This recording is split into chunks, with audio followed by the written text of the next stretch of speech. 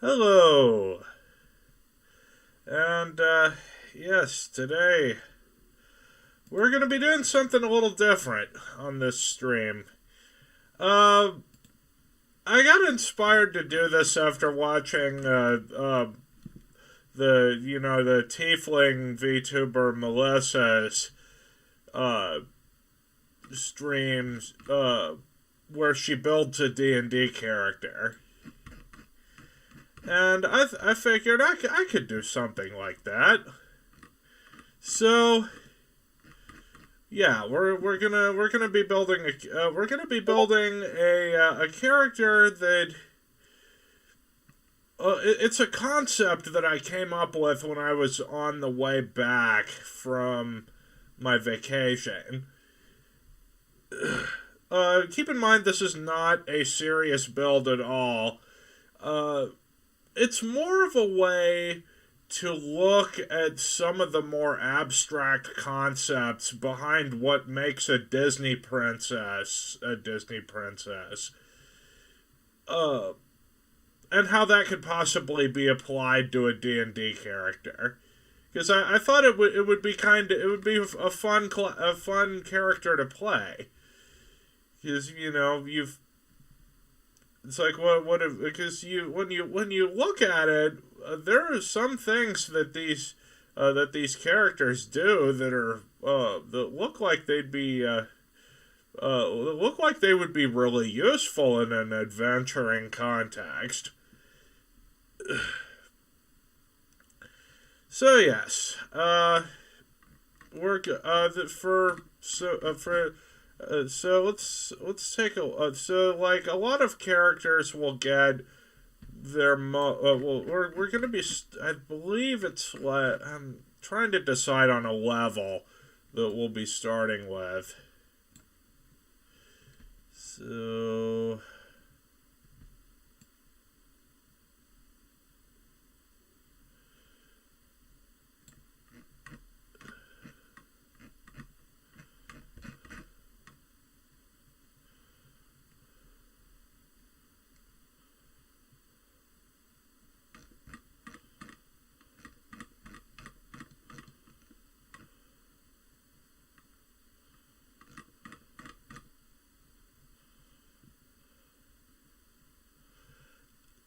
this will be we'll be building this as a 14th level character because they will get all of the we'll basically be getting all of the unique features of this build by level 14. So we'll go ahead and tab back over to the character sheet.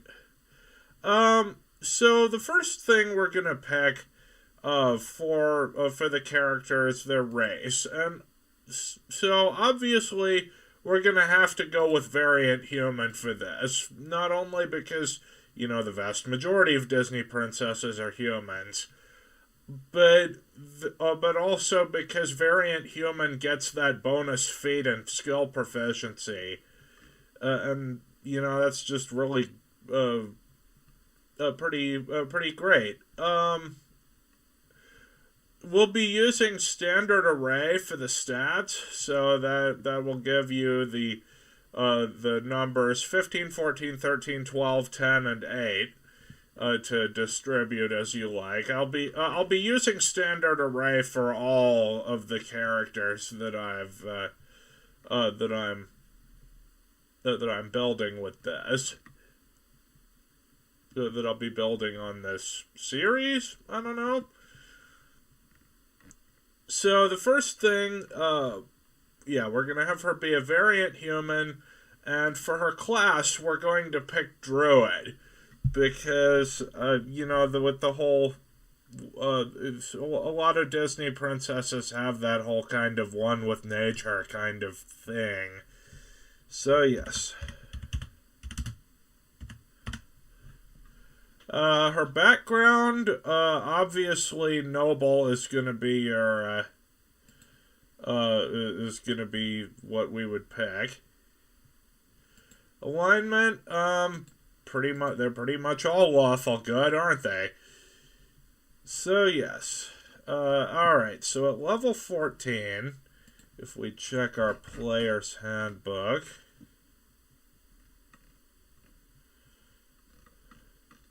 well, first let's start with distributing the stats, because that's kind of the important thing.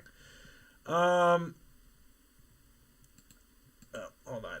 I'm getting a little mixed up here. So, obviously, since we're going to be playing a druid, we want our highest stat to be in wisdom.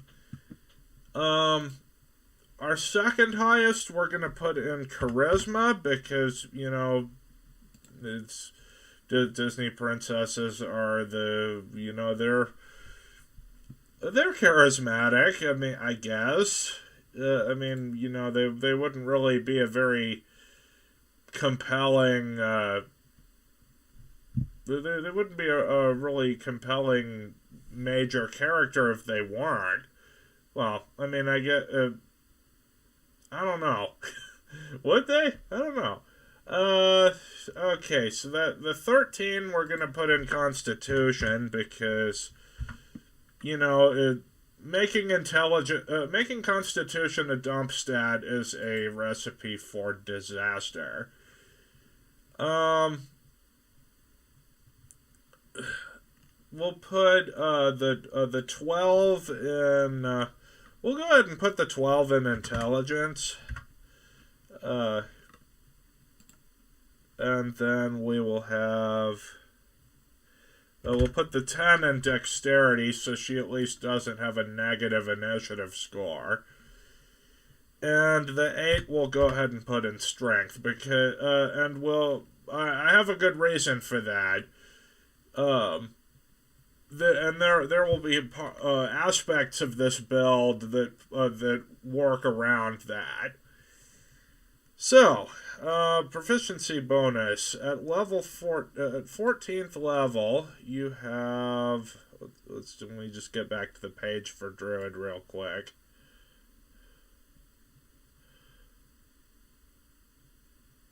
God damn it! Hold on. Okay.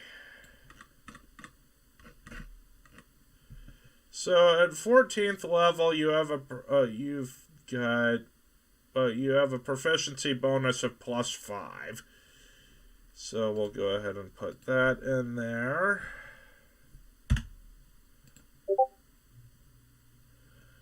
Okay, so as a druid, you get proficiencies with in intelligence and wisdom saving throws. So we'll go ahead and put that in.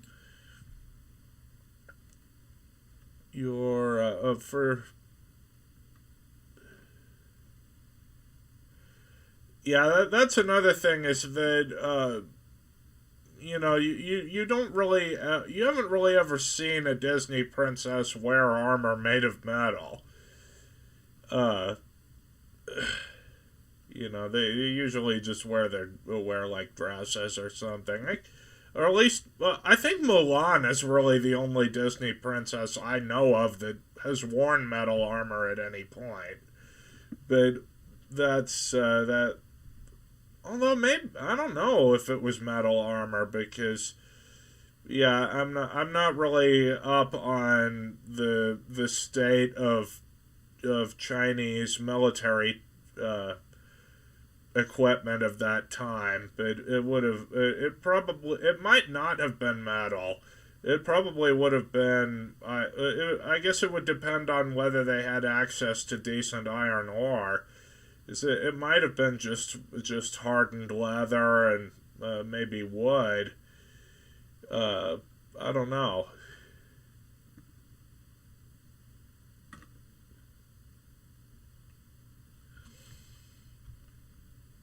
All right. So for your starting equipment, as a druid, you have a. Okay. I think I may be getting a little bit ahead of myself with equipment here. First off, going back to the race features, we have the variant humans get +1 to 2 of their stats, and they get a bonus feat. They get a free feat and a free skill proficiency.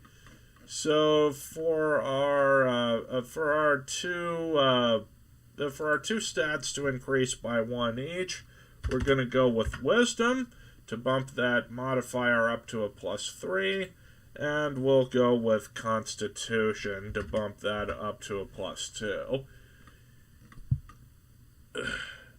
Okay, so and I'm not gonna be rolling dice or anything for this character. We're gonna just do as much off of basic numbers as possible. So at first level, you get the maximum amount of health for your class. In Druid's case, it's, I believe, a D6.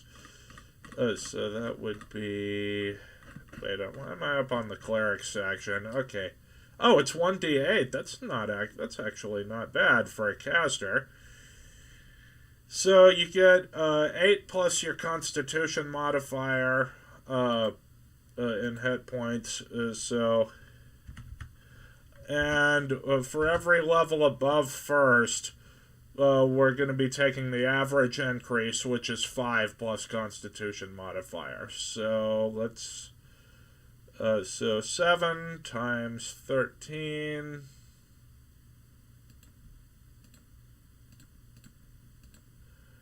So we're gonna end up with actually 101 hit points at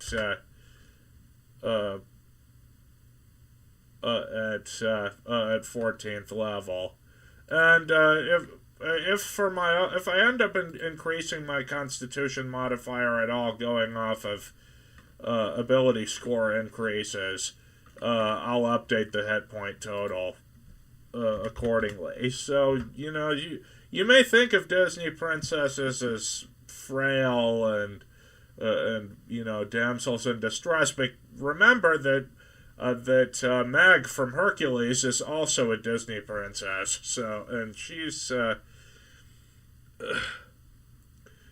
is a strong, independent woman who don't need no hero. So having a positive Constitution modifier isn't that out of character, I'd probably say. Okay, so Druids alright, so if we're going off of our ability score increases, by 14th level you get 3 ability score improvements. So that is it's a total of 6 points that we can allocate between our that's 6 points that we have to allocate between our stats. So for that, we're gonna definitely take our wisdom score and probably max that out at 20, because that your spellcasting modifier is arguably your most important stat or really your main attacking modifier is going to be your most important one. So that'll be 4 points off, and then the other 2 I guess we'll use to increase maybe Constitution to 16. So we'll go ahead and take that to 115 hit points, because increasing your Constitution modifier does have a retroactive effect on your hit point maximum. So if at some point your Constitution modifier goes up by 1, you would increase your amount of maximum hit points by your current level, and then just go from there using the increased modifier. So yes. So now that we've got that, Yeah, remember, you're like you can kind of treat Constitution. Constitution is sort of like the bass line in a song. You really only notice it when it's not there, as it were. Oh, hold on. So, druids get 1d8 hit dice, so you would have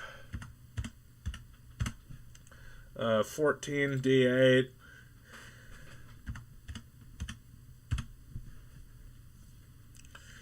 Okay, so let's talk. Alright, so let's talk feats. So so variant humans they get a bonus feat, and after looking over all of the stuff in the all of the ones in the player's handbook, I had to say that the Magic Initiate feat was going to be the best one for this build. So we'll go ahead and put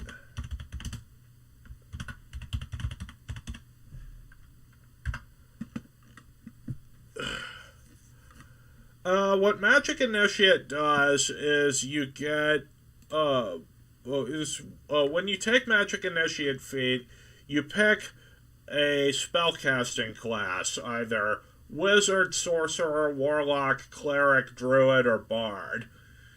And you gain 2 cantrips from that class, as well as a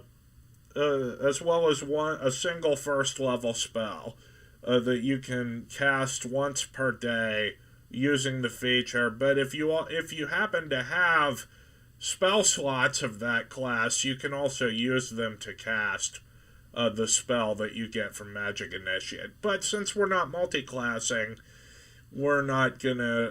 It's probably we're probably just gonna be able to cast it once per day. So, all right, let's go. Let's talk skills. So we variant humans get a bonus skill proficiency, and druids. Okay, so druids get proficiencies with. They get to pick 2 of these between these skills. So, Arcana, Animal Handling, Insight, Medicine, Nature, Perception, Religion, and Survival. The noble background, if I can, let me just check it real quick.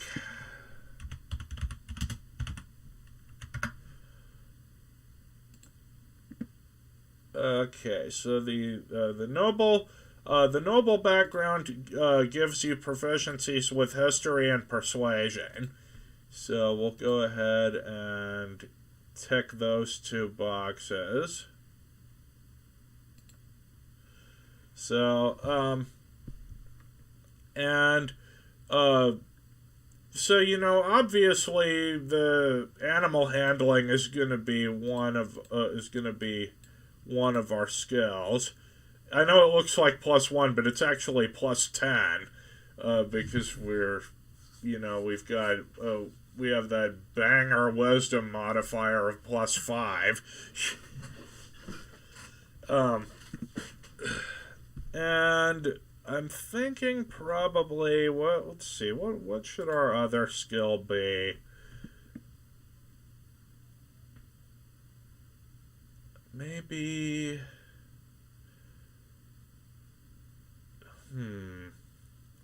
I'm tempted to just go with perception because that's really useful, but this is more of a Theorycraft of a themed build, so it's not necessarily going to be optimized beyond just stats and stuff. So we'll probably go with maybe.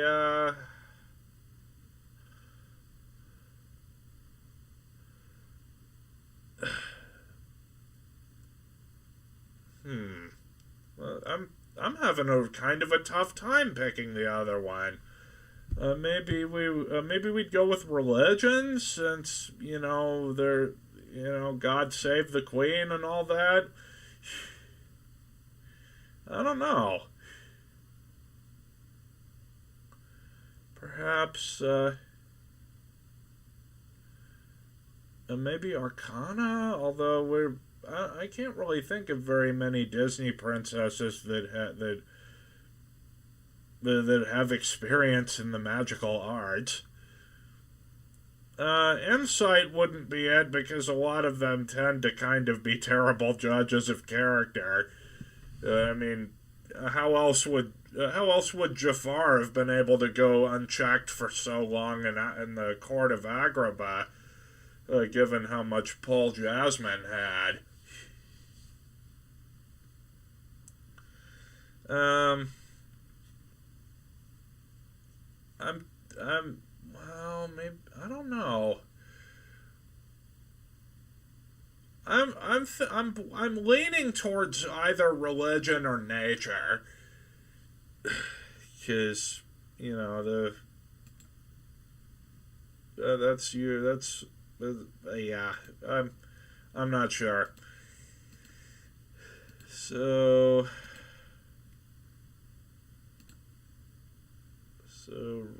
yeah, I'll probably go with religion since just a lot of these since it is yeah, I probably will go with religion for that, just because that's the sort of thing you might expect a princess to know. Okay, so as a variant human, you get an additional skill proficiency. So we're gonna go with.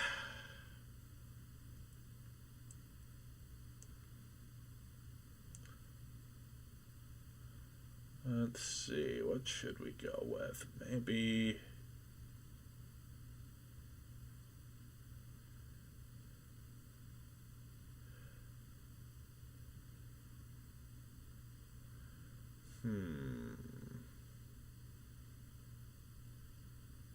I'm gonna go with performance as my bonus skill, because there's the iconic musical number that every fucking Disney movie has. I mean, why wouldn't you? Why wouldn't we go with performance? Okay, so the magic initiate feed.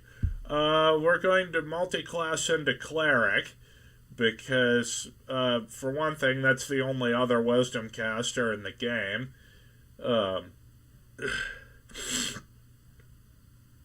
And also, I think it just kind of fits with that.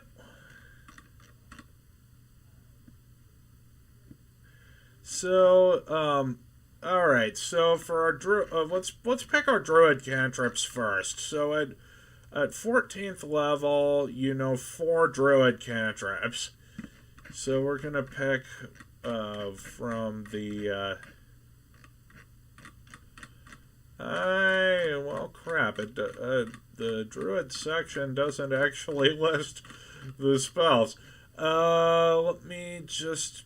I'll just pull up a list online, and we can look through them.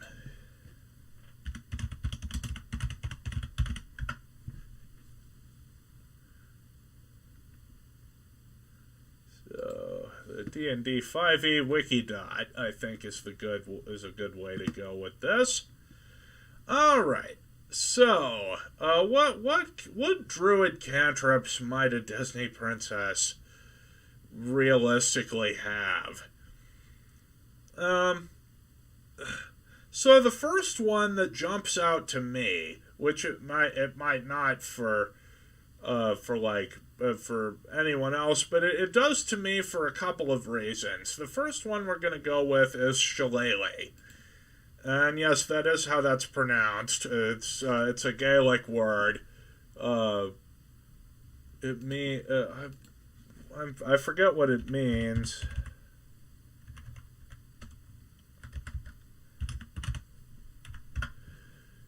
it's just it's a Gaelic word. It's a word for a thick stick of blackthorn or oak used in Ireland, typically as a weapon.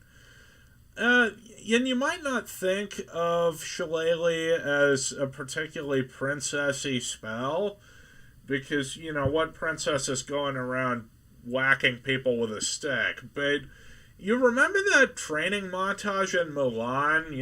The whole "I'll make a man out of you" thing. You may remember Mulan training with a quarterstaff. So, and I think that gives us enough leeway to pick Shillelagh as one of our cantrips. So put it its simplest, what Shillelagh does is it turns a club or a quarterstaff in your hand into a D8 magic weapon that uses your spellcasting modifier instead of strength or dexterity. And the strength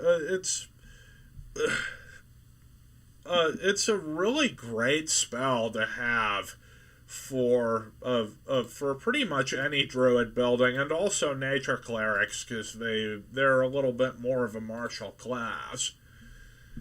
Because one of the because it specifies because the description for Shillelagh specifies that it is a magic weapon, that means that it bypasses a lot of the resistances and immunities that certain enemies have. Like they're like lycanthropes, for example, have immunity to slashing, piercing, and bludgeoning damage from non-magical weapons. Since a quarterstaff or club empowered by Shillelagh is a magic weapon, it bypasses that. So that I think makes up for a lot of what for a lot of the downsides of the spell, mainly that it doesn't scale with your level the way the way that it say Ray of Frost or Firebolt would. So, back to cantrips. We get 4 of them as a level 14 druid. So, let's look at the others.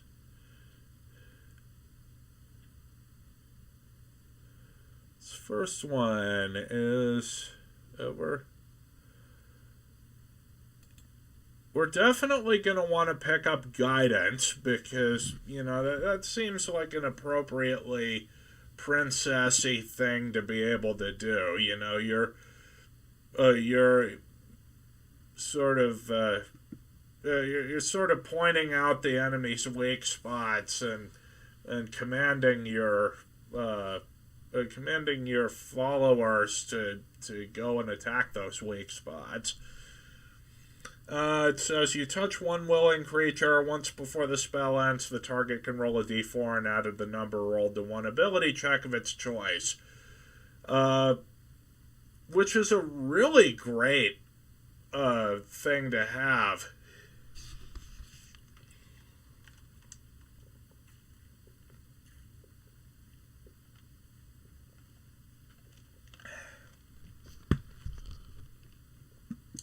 It's just a shame that it's limited to ability checks, because imagine if you could apply that to like saving throws or attack rolls, but I think it's out of battle utility definitely qualifies it for the list.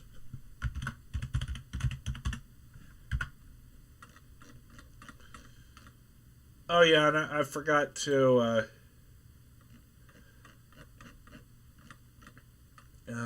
So for our next cantrip,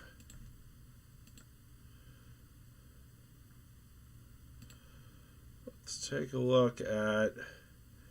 Aha! Here and here's the equivalent to guidance for saving throws. Resistance. You touch a willing creature once before the spell ends. The target can roll a d4 and add the number to roll to one saving throw of its choice. It can roll the die before or after the saving throw. I don't know. I'm not sure like what I should whether I should pick that or not.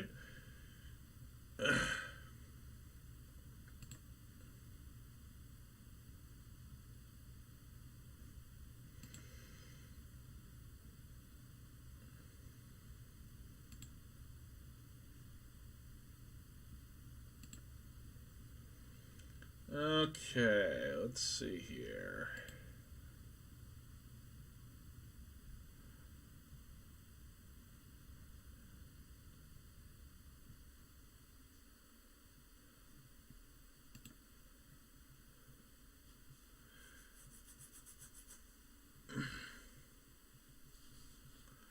Let's take a look at some of the others. We've got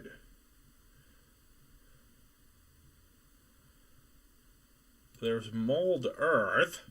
You choose a portion of dirt or stone you can see within range.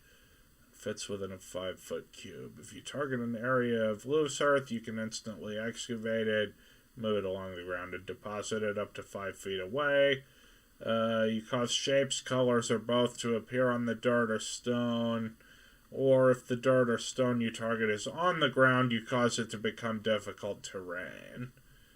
I don't think that's thematically relevant here. Primal Savagery would be really funny.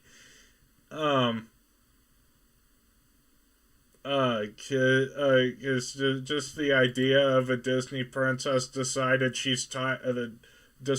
she's tired of being nice and just wants to go apeshit is really funny, and I think that might be a fun thing for a more comedic setting, which I would argue is what this build was intended for. But let's take a look at some of the others.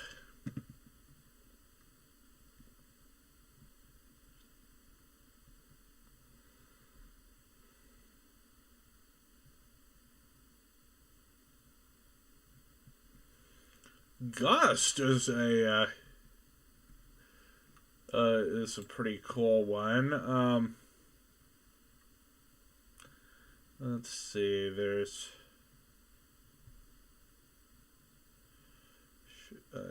Shape Water, Thorn Whip, Thunderclap. Oh, we gotta get Druidcraft, because that is a Druidcraft is, hold on.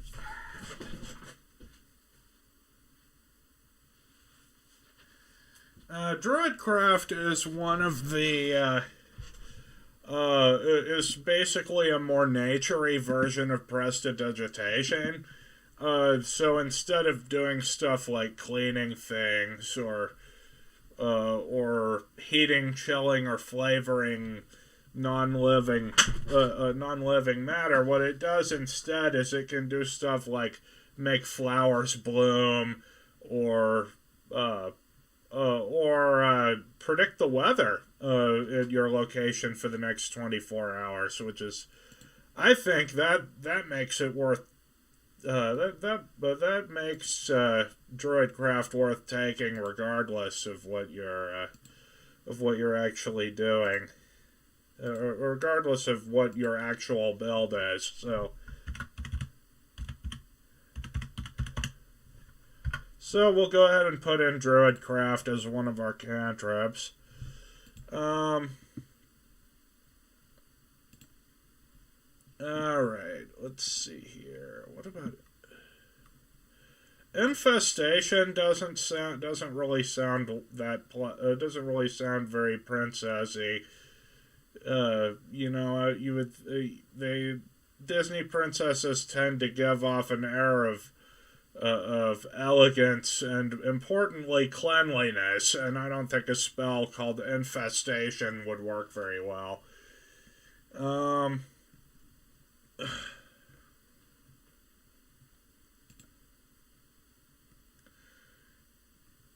yeah, Shape Water might work.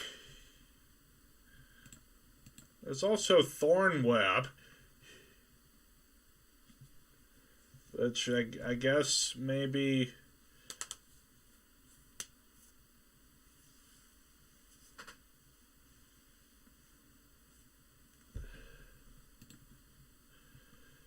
I mean, I guess maybe the. Yeah, I can't think of any Disney princesses that would use Thorn Web. Um,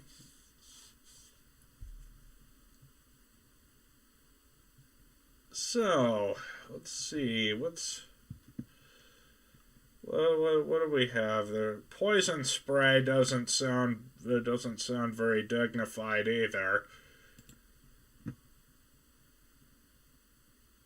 Produce flame. I think might be pretty cool because it's you know it.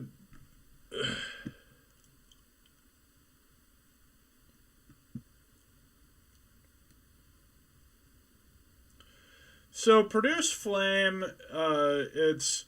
It causes a flame to appear in your hand. The flame remains there for the duration and harms neither you nor your equipment. It sheds bright light in a 10-foot radius and dim light for an additional 10 feet. The spell ends if you dismiss it as an action or if you cast it again. You can also attack with the flame, although doing so ends the spell. When you cast the spell or as an action on a later turn, you can hurl the flame at a creature within 30 feet of you. You make a ranged spell attack on a hit, the target takes 1d8 fire damage, and it scales up.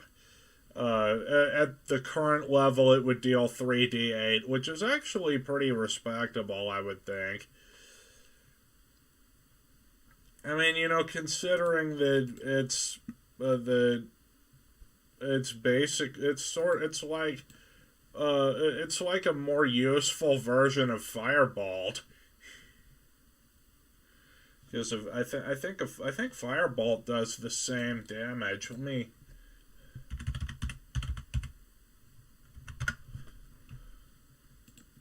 Oh, Firebolt is 1d10. But still, you're sacrificing 2 points of damage for more utility, which is nice. And it seems like Produced Flame would be would probably be more princessy than some of the other attacking cantrips.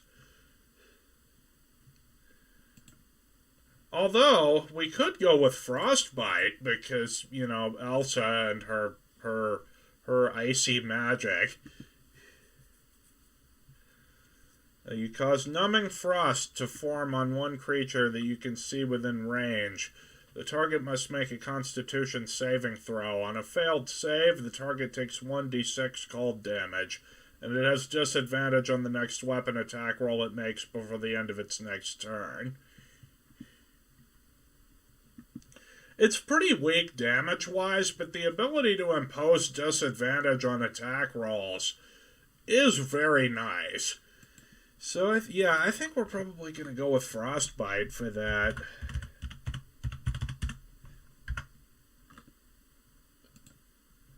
Spellcasting ability is Wisdom, which means that we have a spell save DC of 18.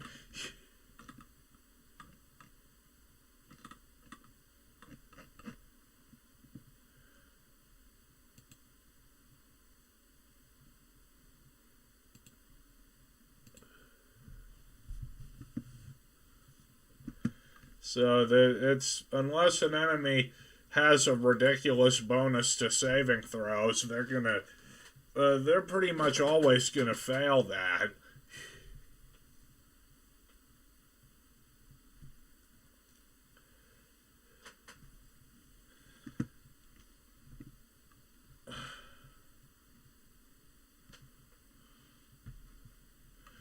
All right. So now let's look at the cleric cantrips for from the magic initiate feed. So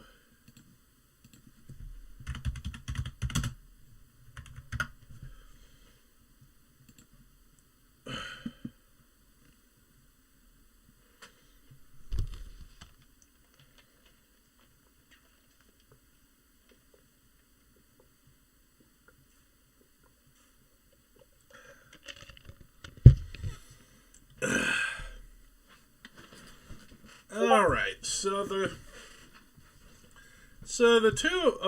The first cleric cantrip that we're gonna pick up is absolutely going to be Spare the Dying, because Spare the Dying is an awesome cantrip, and I think it fits with the I think it fits with the theme of, friend to all living things. Your steps in the hero's time of need to ensure that he lives to fight another day.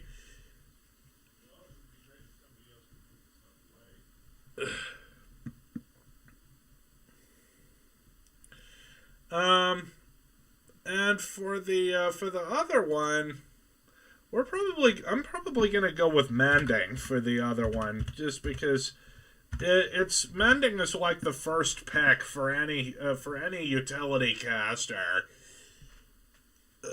because it's just so fucking useful. Like, what mending does is it repairs a break or tear in an object, as long as said break is no larger than 1 foot in any dimension.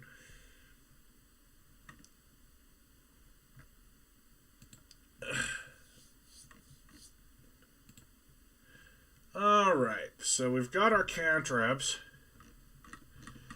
Now let's head back up to the top because we need to talk AC. Okay, so you're.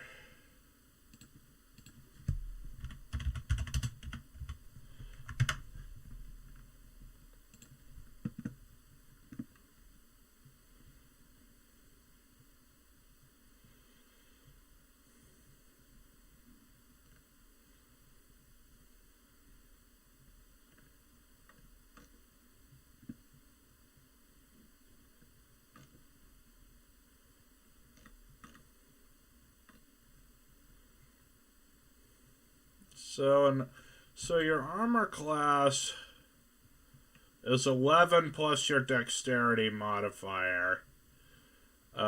So in this case it would just be 11.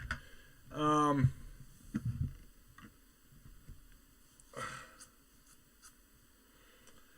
so it yeah the whole shtick with this build is to get is that you're trying to you're summoning stuff so that you can avoid having attacks target you entirely. So her initiative score would be 0, and her speed is 30 feet.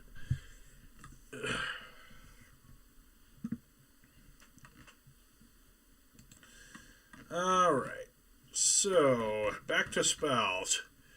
As a druid, as a 14th level druid, this character would have 4 first level spell slots, 3 each of second through fourth, or 2 fifth level, 1 sixth, and 1 seventh level. So let's go ahead and so you got 4 3 3 3 2 1 1. Yeah. 4333211.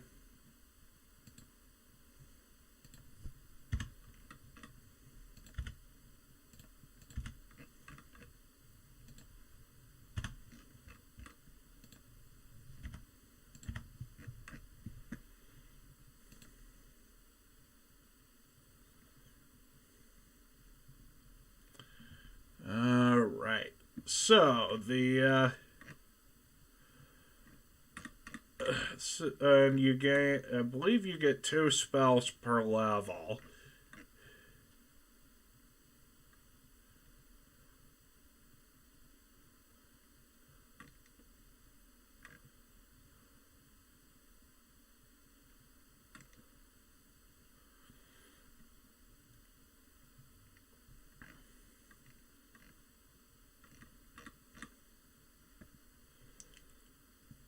Hold on. I gotta confirm that real quick, though.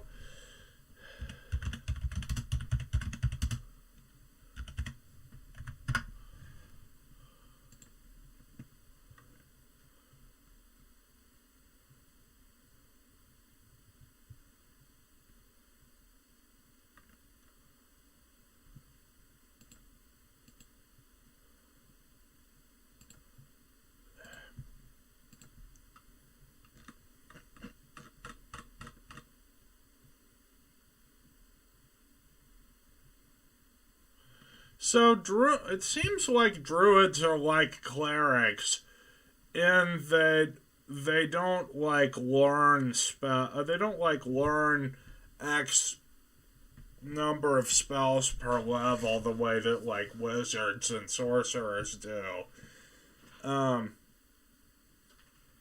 Instead, they have it works like a cleric, where you have where you know how to cast all of those spells, but you can only prepare a certain number of them per day, I think.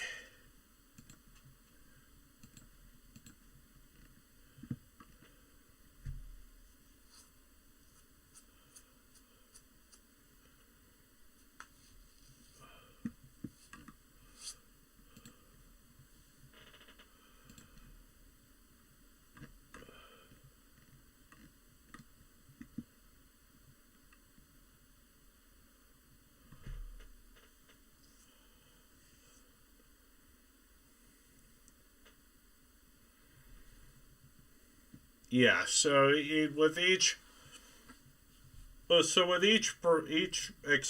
each extended rest, you go through the list of spells, and you prepare a certain number of them.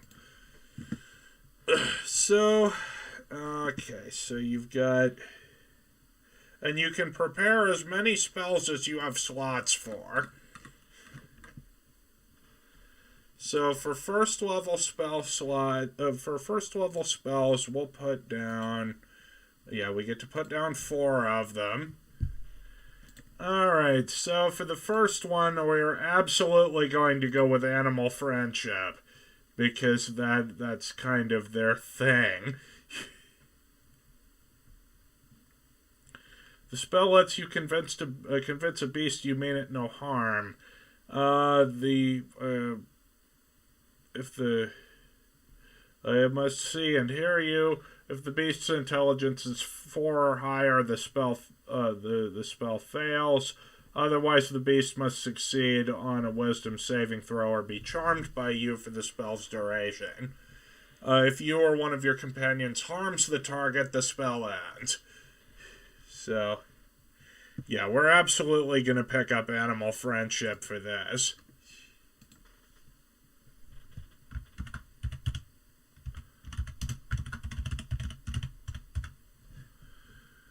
Okay, so for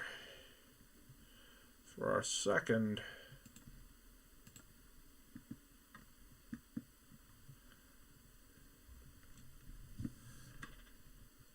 So for another first level spell slot, let's see here. So druids get. Oh right, we also get for the uh for that for the cleric spell. Uh, we're just going to pick up for that first level cleric spell. We're just going to pick up cure wounds. So.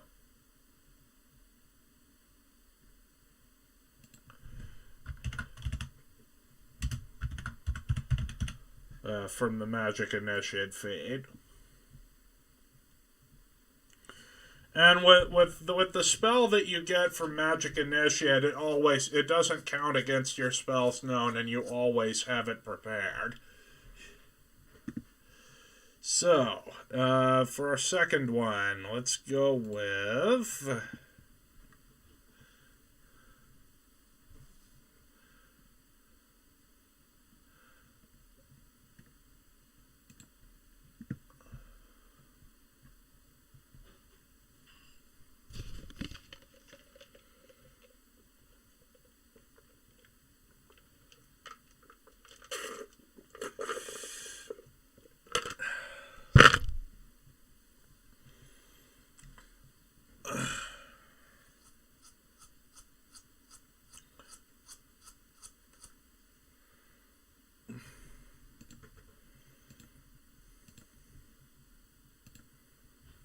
All right, I'm taking a look through the list just to. Oh wait, that's right. I don't. Druids don't get sanctuary. Okay. Right, first level. So we've got.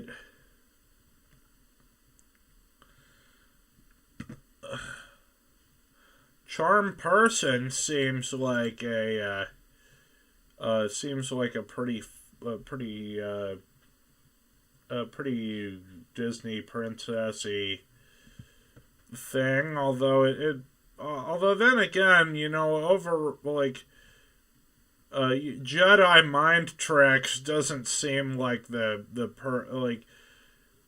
I mean, yeah, if you're just going off name as written, charm person absolutely would be a Disney princessy thing.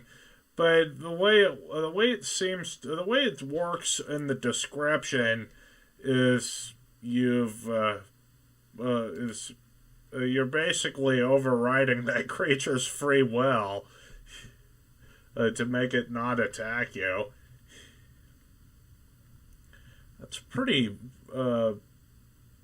There's a reason that sort of thing is considered taboo, even among casters. There is entangle, which grasping weeds and vines sprout from the ground in a 20-foot square, starting from a point within range. For the duration, the plants turn the ground into the area into difficult terrain. That might work, although I think that sort of thing is more the purview of the villain who's trying to prevent the hero from getting to the princess. Like you may remember the bit from Sleeping Beauty where, if you've seen the original Sleeping Beauty movie, you may remember the bit where thorns grew up around the castle that Prince Philip had to hack his way through.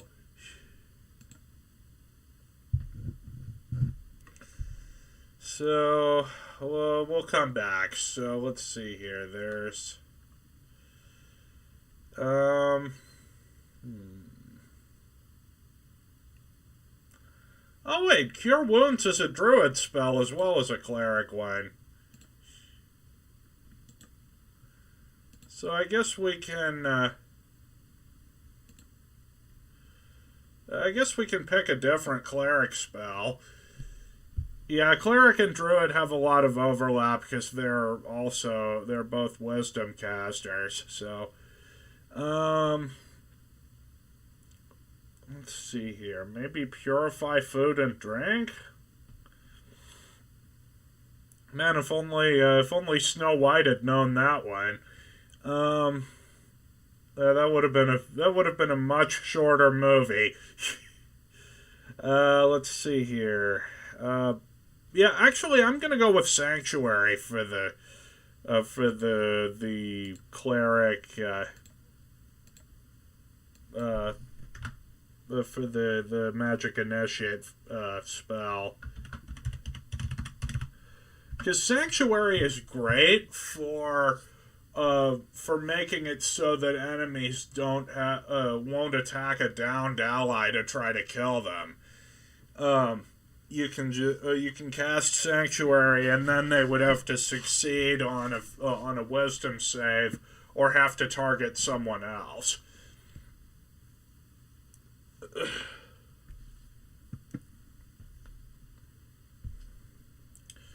All right.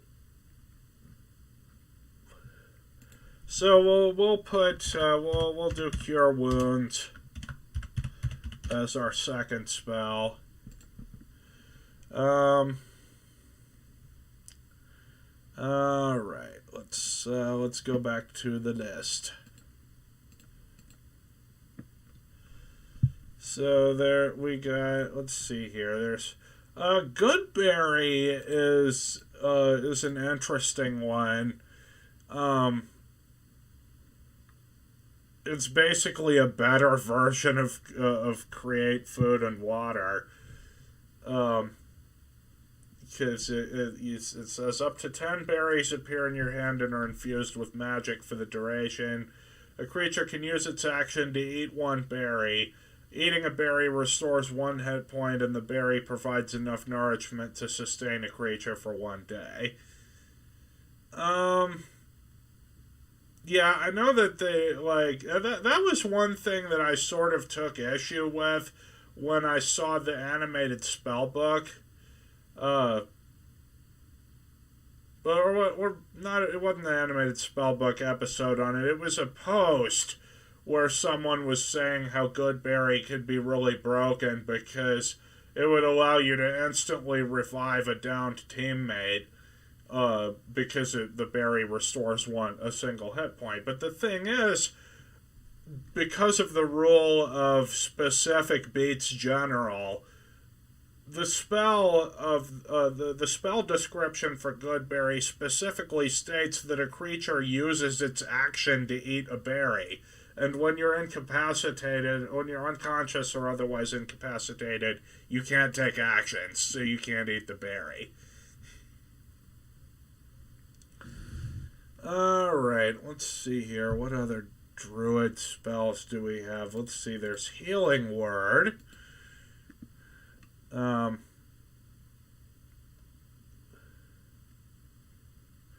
always kind of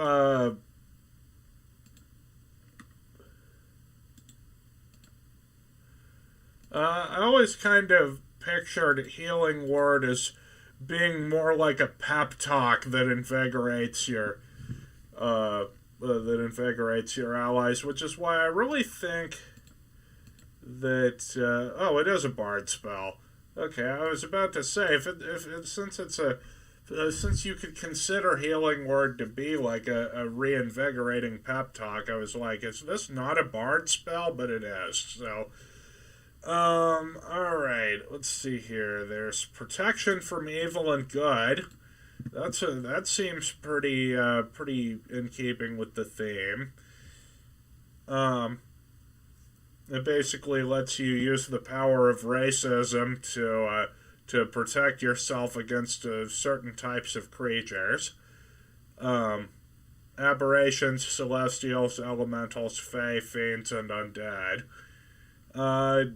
Creatures of those types have disadvantage on attack rolls against the target. The target also can't be charmed, frightened, or possessed by them. If the target's already charmed, frightened, or possessed by such a creature, the target has advantage on any new saving throw against that relevant effect. The only thing is that it is one of those spells that specifies it consumes its material component, either holy water or powdered silver and iron. Um, I mean, I guess if you knew how to create holy water,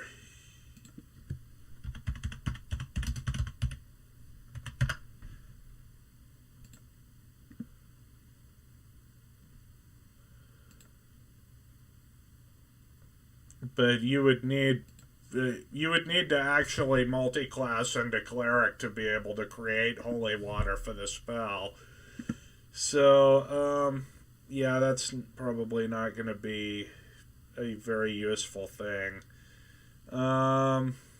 Let's see. There's snare, which you use a cord or rope to create a circle. It becomes a trap. The trap is nearly invisible. It triggers when a small creature or larger moves into the area protected by the spell. It has to succeed on a dex save or fall prone and be hoisted into the air until it hangs upside down 3 feet above the protected surface where it is restrained. A restrained creature can make a dex save with disadvantage at the end of its turn and ends the restrained effect on a success.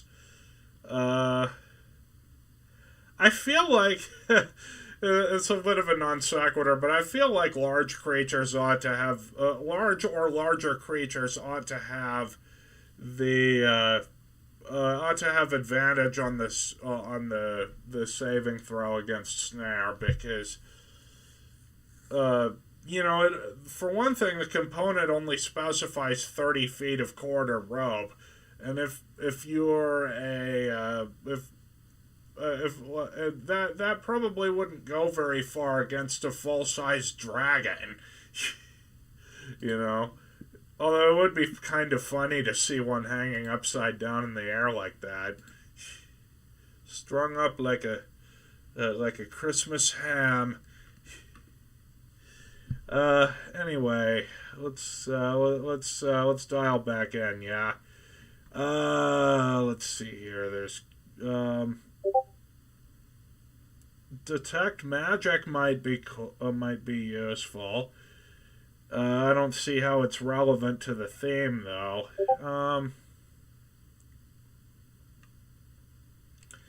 Yeah, I guess the idea is for this build to be sort of a utility caster. Let's see. There's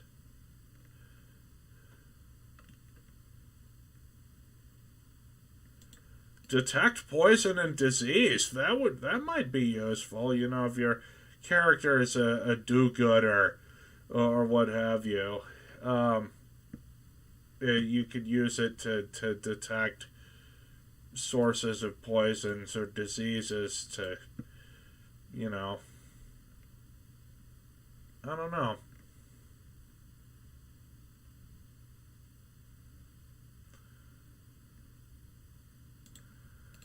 I definitely think, though, that Purify Food and Drink is going to be one of our spells because, you know, it's Evil Queen insurance.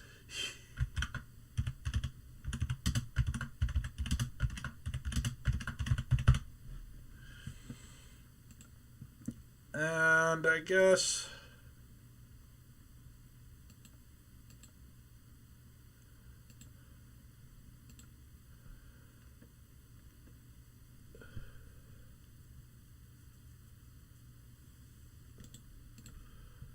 let's see, create or destroy water.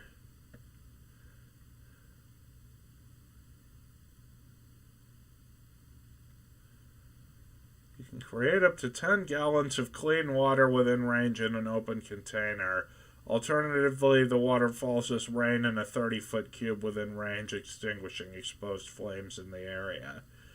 Or you destroy up to 10 gallons of water in an open container within range. Or you destroy fog in a 30-foot cube. I wonder, could you, what counts as a container? like let's say that there was an enemy that was wearing a helmet that was watertight somehow. Could you use create or destroy water to fill that helmet with water and drown them? I don't know. Rules is written, it would work. It's just the problem is that most helmets aren't airtight, or they aren't watertight, unless you're specifically talking like a diving helmet. I don't know. That sort of thing seems like it would be super DM dependent. Let's see here. There's Earth Tremor. Each creature other than you in that area must make a dexterity saving throw. On a failed save, they take 1d6 bludgeoning damage and fall prone. If the ground in the area is loose earth or stone, it becomes difficult terrain until cleared. Cool spell, not in keeping with the theme.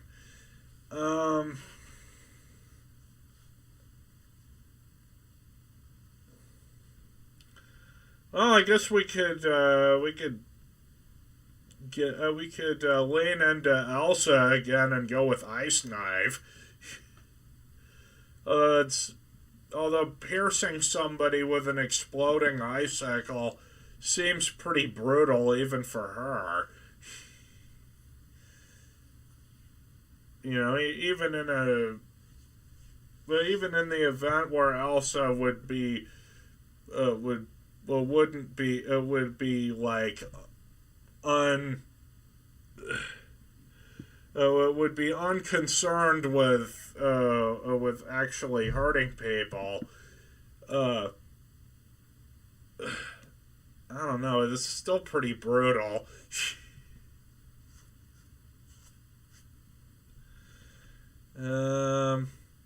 Speak with animals. There we go. I completely forgot about Speak with Animals. You gain the ability to comprehend and verbally communicate with beasts for the duration.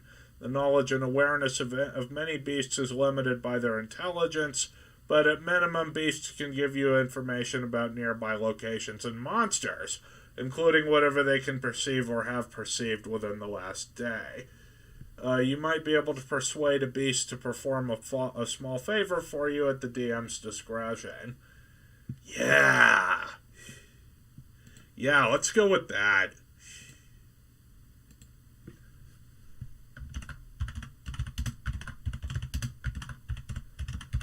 Because that was Cinderella could do that. She had those animal friends of hers that she could actually talk to. So yeah, cool.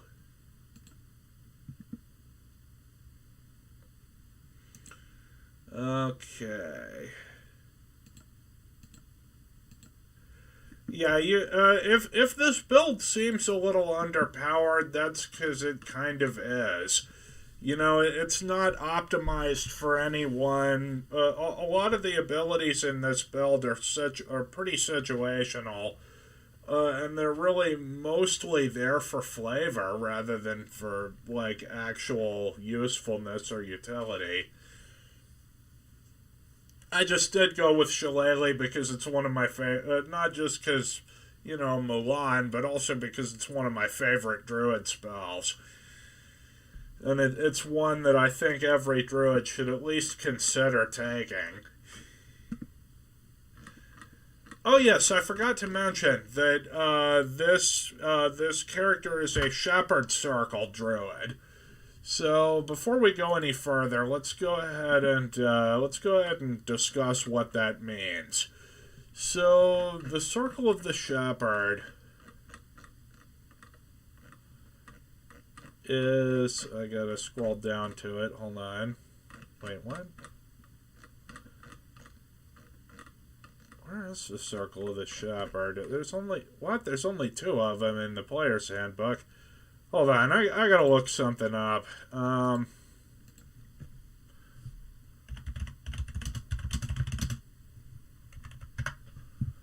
Circle of the Shepherd. Oh, this is from Xanathar's Guide to Everything. That explains it. Okay, so at second level, you gain the ability to converse with beasts and many fae. You learn to speak, read, and write Sylvan. In addition, beasts can understand your speech, and you gain the ability to decipher their noises and motions. Most beasts lack the intelligence to convey or understand sophisticated. Oh, so I guess there's really no point in taking Speak with Animals if this is, if Shepherd Druid just gives us the ability to do that anyway. So I guess back to the drawing board for our spells then. I don't know. Maybe we'll just go with Healing Word since this is sort of a hybrid support.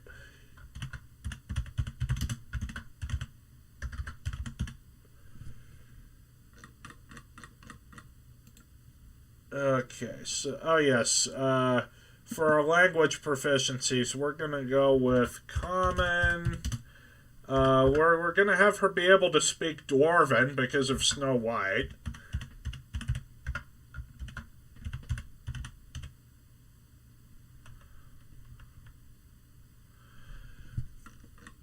You know, she lived with 7 of them.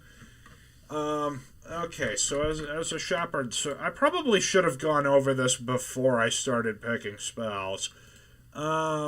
Okay, so the Circle of the Shepherd, yeah, you get the ability, you gain basically a passive version of the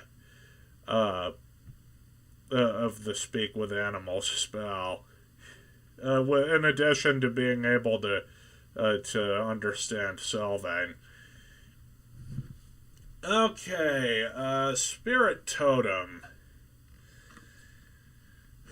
Okay, starting at second level, you gain the ability to call forth nature spirits and use them to influence the world around you. As a bonus action, you can summon an incorporeal spirit to a point you can see within 60 feet of you. The spirit creates an aura in a 30-foot radius around that point. It counts as neither a creature nor an object, though it has the spectral appearance of the creature it represents. As a bonus action, you can move the spirit up to 60 feet to a point you can see. The spirit persists for 1 minute. Once you use it, you have to finish a short or long rest before you can use it again. The type of spirit you summon determines its effect. Okay, there's the Bear Spirit. It grants you and your allies might and endurance.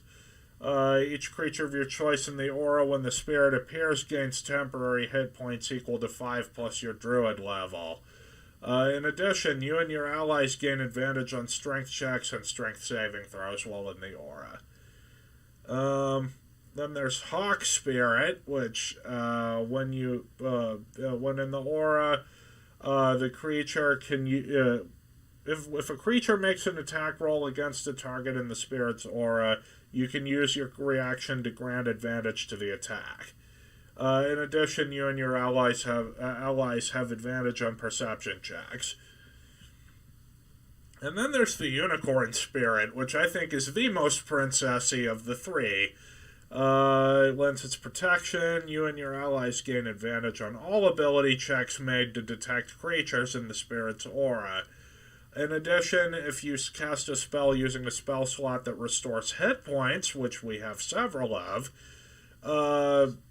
each creature of your choice in the aura also regains hit points equal to your druid level. So let's say you cast Healing Word, then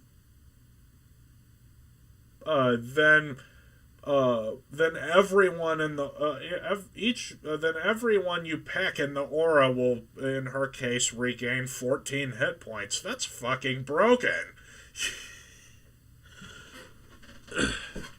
Especially if you have unconscious allies in the aura, because if you get healed for any amount while you're unconscious, you hop back to life and you stop. You hop back to consciousness and stop making death saves.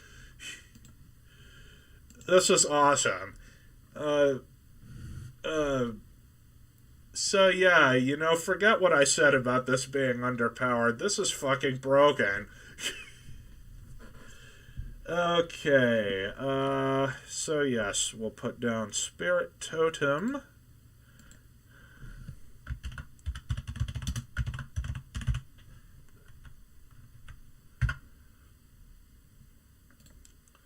Okay, and Speech of the Woods.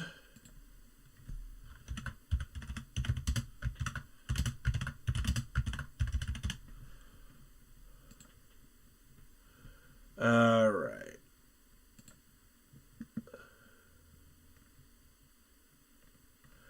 Okay, next up there's Mighty Summoner. At 6th level, beasts and fae you conjure are more resilient than normal. Any beast or fae summoned or created by a spell that you cast gains 2 benefits. The creature appears with more hit points than normal, 2 extra hit points per hit die it has. The damage from its natural weapons is considered magical for the purposes of overcoming immunity and resistance to non-magical attacks and damage. So yeah, remember what I said about things like lycanthropes? This means that the animals you summon basically have magic teeth and claws that can bypass that. So you could just burn a 9th level spell slot, summon 32 hyenas, and then just have them proceed to gnaw at the ankles of the Tarrasque you're fighting. And you don't even have to do anything. Oh, and you can just, like, you can give them the command attack what I attack, and then shift into an animal that has a high constitutions modifier, like a bear, so that you don't have to worry about your spell getting interrupted. Okay, and the final one is Faithful Summons. Starting at 14th level, the nature spirits you commune with protect you when you are the most defenseless. If you're reduced to 0 hit points or are incapacitated against your will, you immediately gain the benefits of conjure animals as if it were cast with a 9th level spell slot. It summons 4 beasts of your choice that are challenge rating 2 or lower. The conjured beasts appear within 20 feet of you. If they receive no commands from you, they protect you from harm and attack your foes. The spell lasts for 1 hour, requiring no concentration or until you dismiss it. No action required. Once you use the feature, you can't use it again until you finish a long rest. So let's go ahead and put those things down.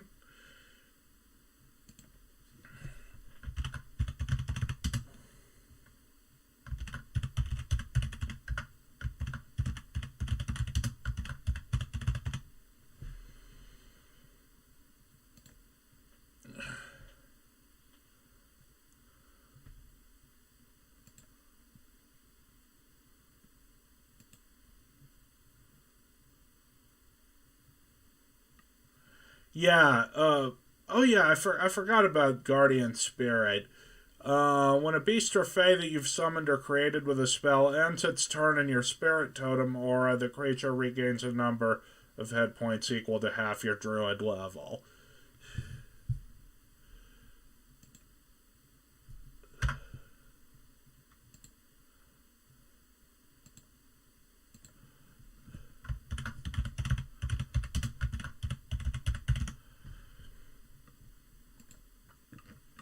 Yeah, and because 5th edition has this concept called bounded accuracy, bounded accuracy means that there is a limit to how high your bonuses for stuff like attacks and AC and stuff can go. Oh, and what this means, like from a practical standpoint, is that the action economy largely determines uh, largely determines which side comes out on top, uh, barring like an excessive difference in power levels. Put simply, the side with the most turns worth of actions tends to win. If you're playing a druid and you know this, picking a shepherd circle druid makes it so that you can, for example, burn a ninth level spell slot to summon 32 to summon a stampede of like 32 draft horses and fuck up the bell curve.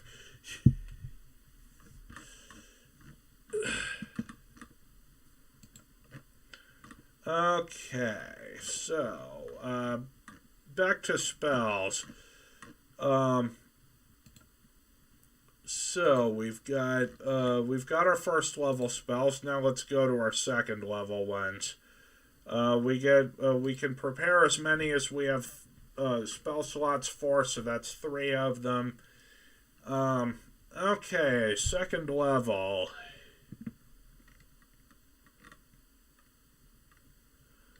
Let's Animal Messenger seems like a very it seems like a really good one. By means of this spell, you can use an animal to deliver a message. Choose a tiny beast you can see within range, such as a squirrel, a blue jay, or a bat. Keep in mind that there are plenty of tiny creatures that are much faster than that, like, say, a hawk. Yes, a hawk does count as a tiny creature. You specify a location which you must have visited, and a recipient who matches a general description, such as a man or woman dressed in the uniform of the town guard, or a red-haired dwarf wearing a pointed hat. You also speak a message of up to 25 words. The target beast travels for the duration of the spell towards the specified location, covering about 50 miles per 24 hours for a flying messenger, or 25 miles for other animals. When the messenger arrives, it delivers your message to the creature that you described, replicating the sound of your voice. The messenger speaks only to a creature matching the description you gave. If the messenger doesn't reach its destination before the spell ends, the message is lost, and the beast makes its way back to where you cast it.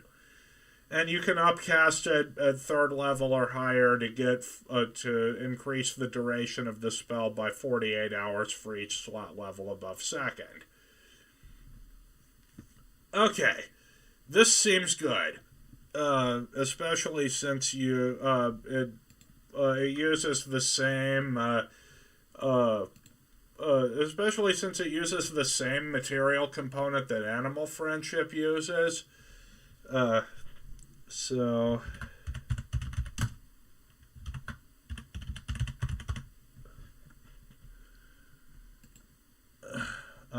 yeah. Okay, next up we have...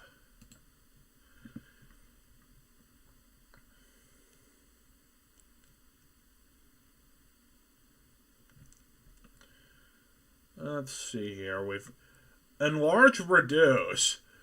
You might not think is in keeping with this, but I have a case to make for this. Alice, you remember the bit from Alice in Wonderland where she ate the part of the mushroom and she grew to like 5 times her original height, and then she ate the other part of or no, it wasn't a mushroom. The first one was like a little cake or something, and that made her turn big, or maybe it was small. I don't know. I haven't watched Alice in Wonderland in a while, but she has the Enlarge Reduce spell.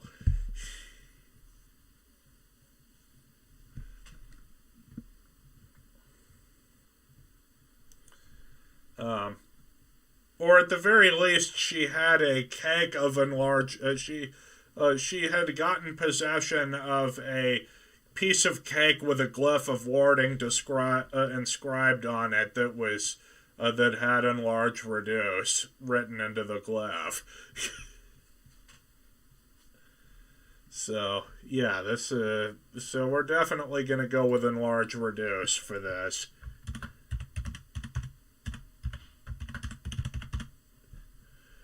Enlarge reduce is a bit of a situational spell. It's great for like if you want to block a hallway, you can cast. If you want to block like a two tile wide hallway, you can cast it on one of your teammates, turn them large, and then they can just block the hallway single handedly. It also causes their weapon attacks to do a d4 of extra damage.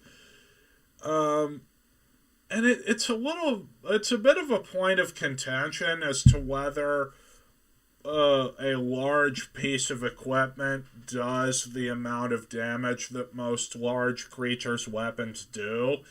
You know, like how an Oni has a glaive that does 2d10 damage. It's a sort of a point of contention as to whether that applies to players, but if it does, it's broken. There's which is probably why there and that little that bit of sort of, I don't know what to call it, like that bit of ambiguity is probably why there are no races that are large full time. Okay, so yeah, we're definitely going to take enlarge reduce. You know, the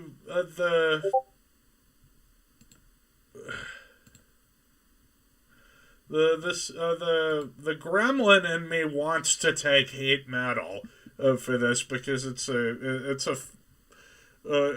great spell for it's a great spell for people who don't particularly give a shit about causing pain and suffering. Because, you know, cooking someone alive inside their armor is pretty brutal.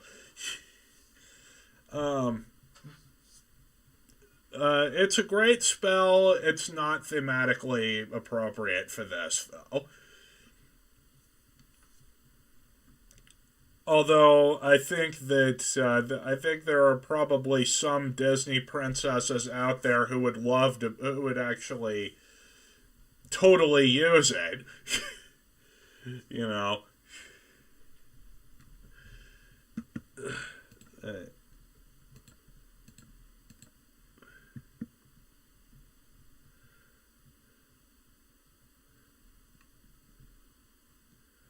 I mean, I don't know if you could really. I don't know. Marita, maybe. She might. I don't know.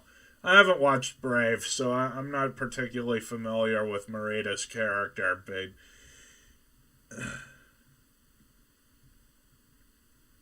I don't know.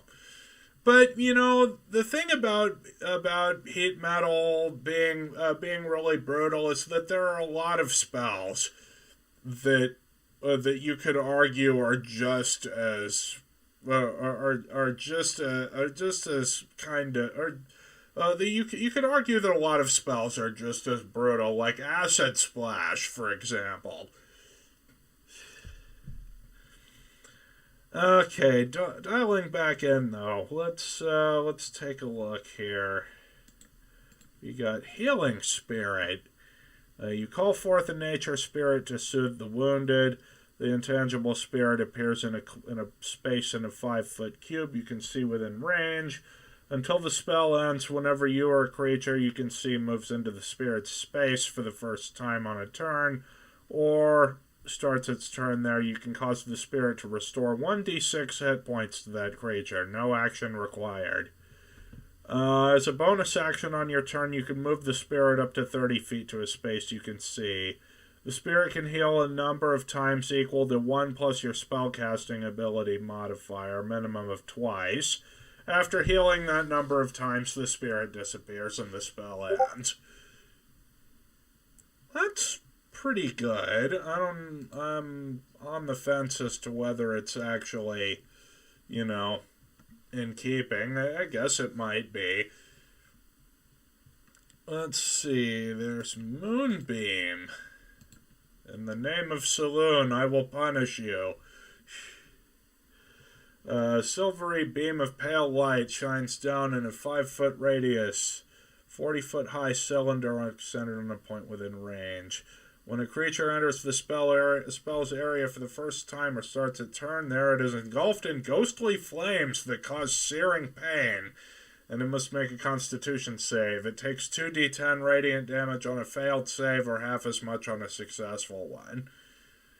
Shape Changer makes its saving throw with disadvantage. If it fails, it also instantly reverts to its original form and can't assume a different form until it leaves the spell's light.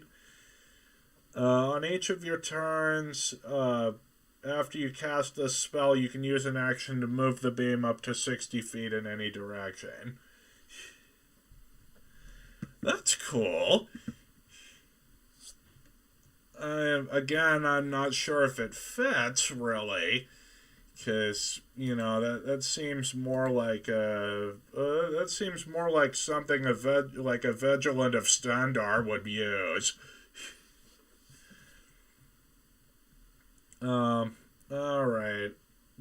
Back to the spells. Let's see here. There's Summon Beast.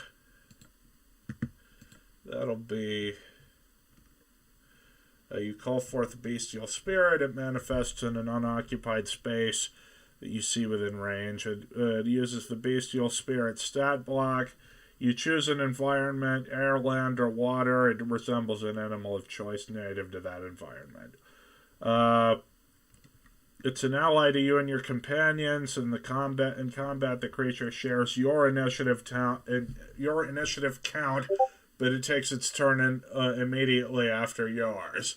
It obeys your verbal commands. If you don't issue any, it takes the dodge actions and uses its move to avoid danger. So...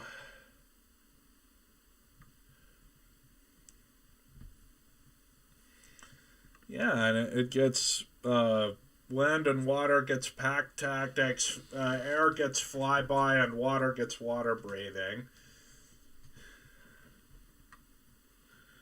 So...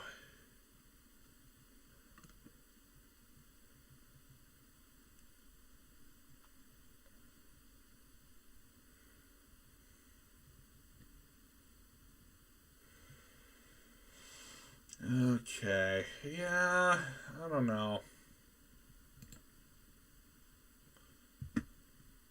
Wither and Bloom.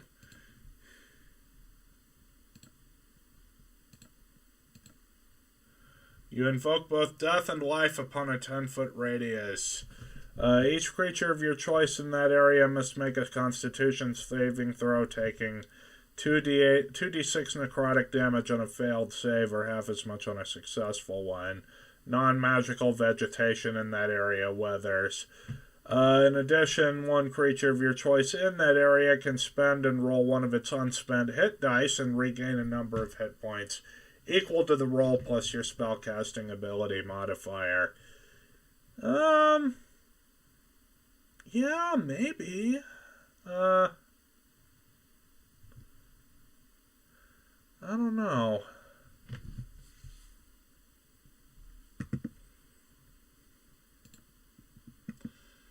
I don't know. Maybe,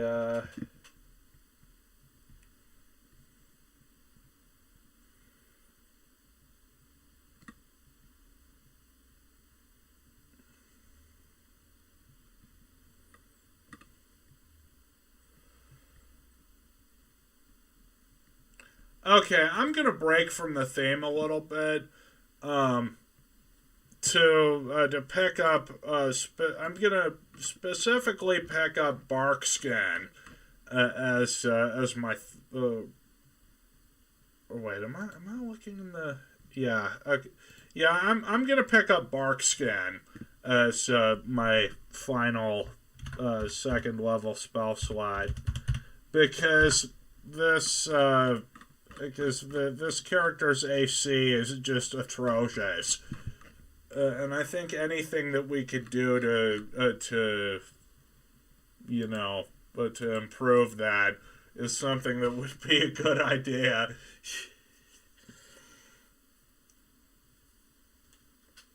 Yeah, bark skin I think is gonna be the way to go.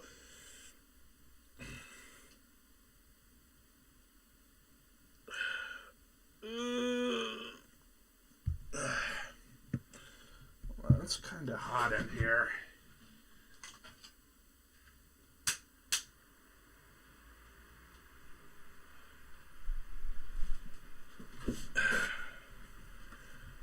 Alright, so we get 3 third level spells.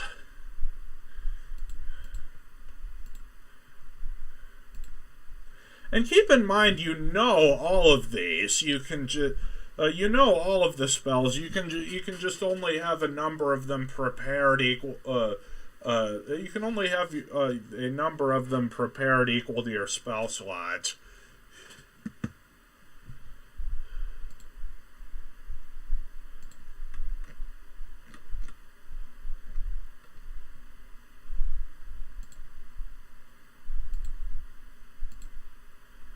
Alright, third level.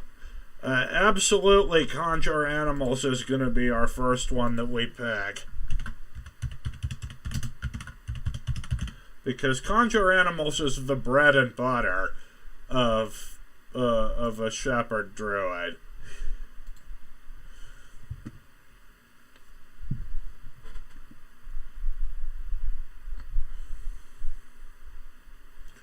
Alright, next up, we're going to go with I'm going to go with Dispel Magic for the next one, because Breaking Curses is one of the, is like, I mean, we saw that with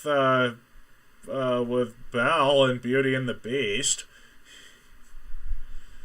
This character is quickly turning into sort of the Captain Planet of Disney princesses. By your powers combined, I will break into a 1.5 minute long musical number. So yeah, we're definitely gonna go with Dispel Magic.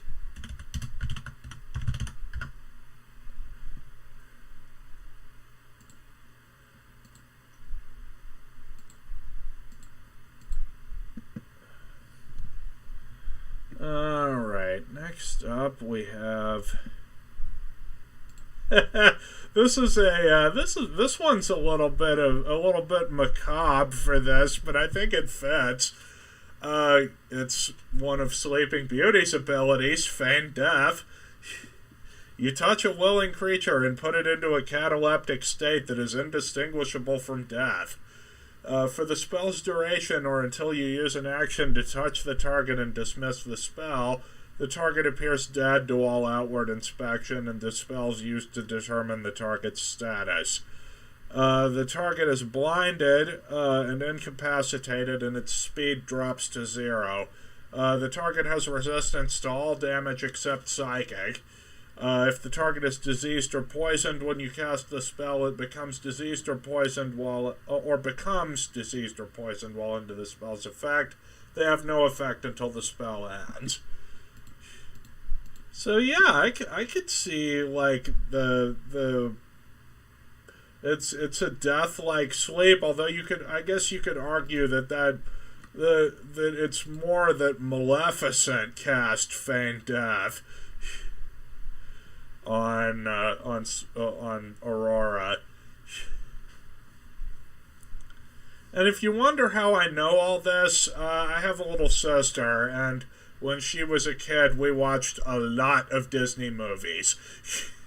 So, yeah. Yeah, I think I probably will go with Feign Death just because it's it's a hilariously macabre way of incorporating that into the character.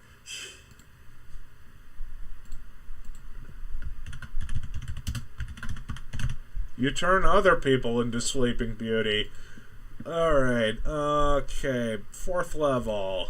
We're gonna absolutely pick up Charm Monster. You attempt to charm a creature you can see within range. It must make a wisdom saving throw, and it does so with advantage if you or your companions are fighting it. If it fails the saving throw, it is charmed by you until the spell ends or until you or your companions do anything harmful to it. The charmed creature is friendly to you. When the spell ends, the creature knows it was charmed by you. Okay, when you you can target an additional creature for each slot level above 4th. But the creatures have to be within 30 feet of each other when you target them. So yeah, we'll go with Charm Monster.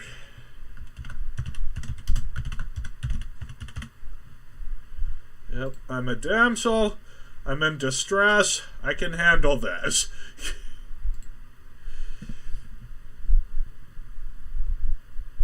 Okay, next up is,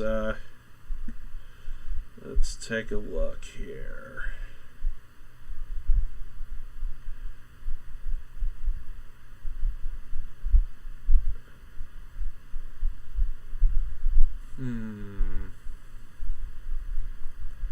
Polymorph is more of a Disney villain thing. Like, you know, that was what happened to Tiana. Okay, let's see. What does Stone Skin do? It turns the flesh of a willing creature you touch as hard as stone. Until the spell ends, the target has resistance to non-magical piercing, bludgeoning, and slashing damage. That's cool, although I'd argue it's not really in keeping with the theme. Let's see here. We got... there's Ice Storm, which I think that would be... yeah,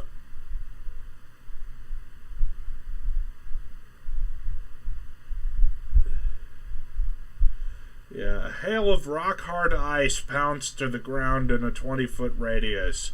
A 40-foot high cylinder centered on a point within range. Each creature in the cylinder must make a dexterity saving throw. A creature takes 2d8 bludgeoning damage and 4d6 cold damage on a failed save, or half as much damage on a successful one. And hailstones turn the storm's area of effect into difficult terrain until the end of your next turn. And the bludgeoning damage increases by 1d8 for each slot level above 4th.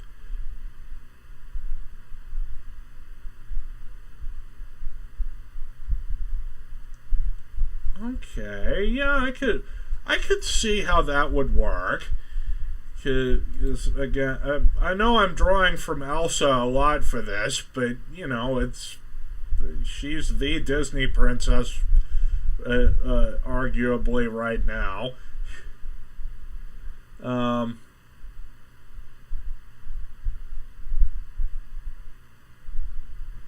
So we'll put a pin in that. And come back. So, let's see. Conjure woodland beings. You summon fey creatures that appear in unoccupied spaces you can see within range. You pick one fey creature. So it's basically conjure animals, but for fey creatures. I wonder, what's the challenge rating for a displacer beast?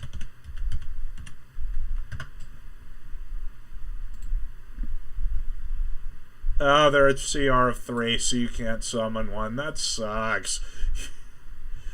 That'd be fine. You just fucking summon a displacer beast to aid you in combat. But no. since 5e, since WotC hates fun, well, I guess just being able to summon a creature that's the equivalent of 4 level 3 creatures, would be something that would be a design nightmare. But regardless, yes, we're going to pick Conjure Woodland Beings. So, this is all about the Conjuring Zerg Rush.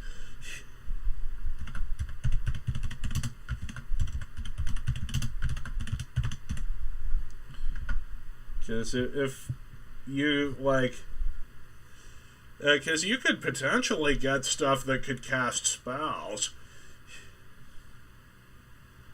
If you were to, I'd have to look through the monster manual to see what, to see what the potential for that would be. But geez, man, that seems that's pretty cool. Let's see here. There is, we got one more to pick from.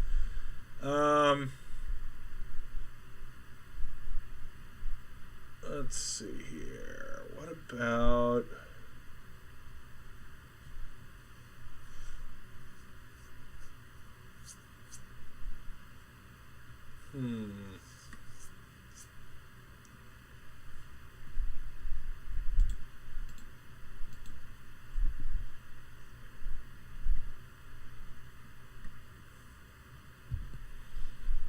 Necromantic, let's see, Blight, Necromantic Energy.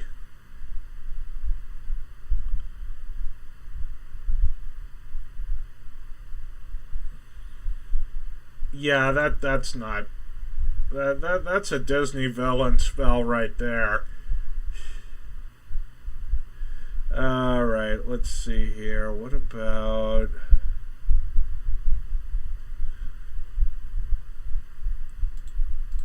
Conjure Minor Elementals. So that's basically the elemental equivalent of Conjure Animals.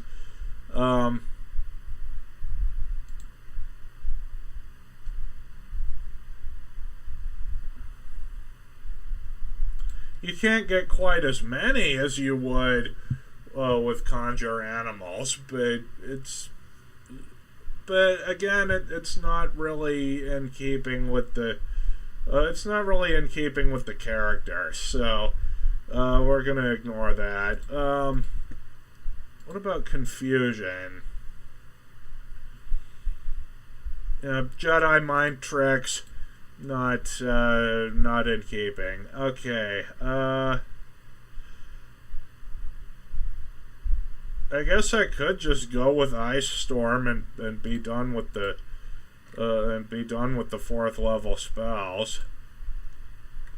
Yeah, I think I'm gonna go with that.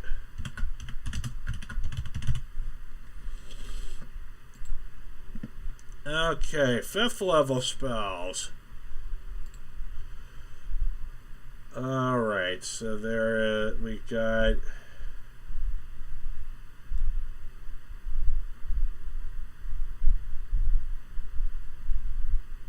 Mass Cure Wounds. Range 60 feet. Choose up to 6 creatures in a 30-foot radius sphere centered on a point within range. Each target regains hit points equal to 3d8 plus your spellcasting ability modifier, and with 1d8 more health point, with 1d8 more hit points for each spell slot above 5th. Okay, yeah.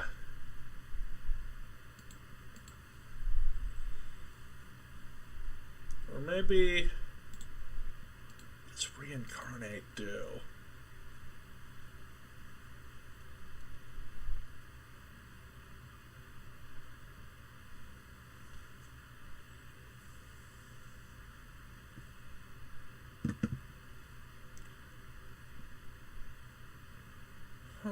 You touch a dead humanoid or a piece of a dead humanoid.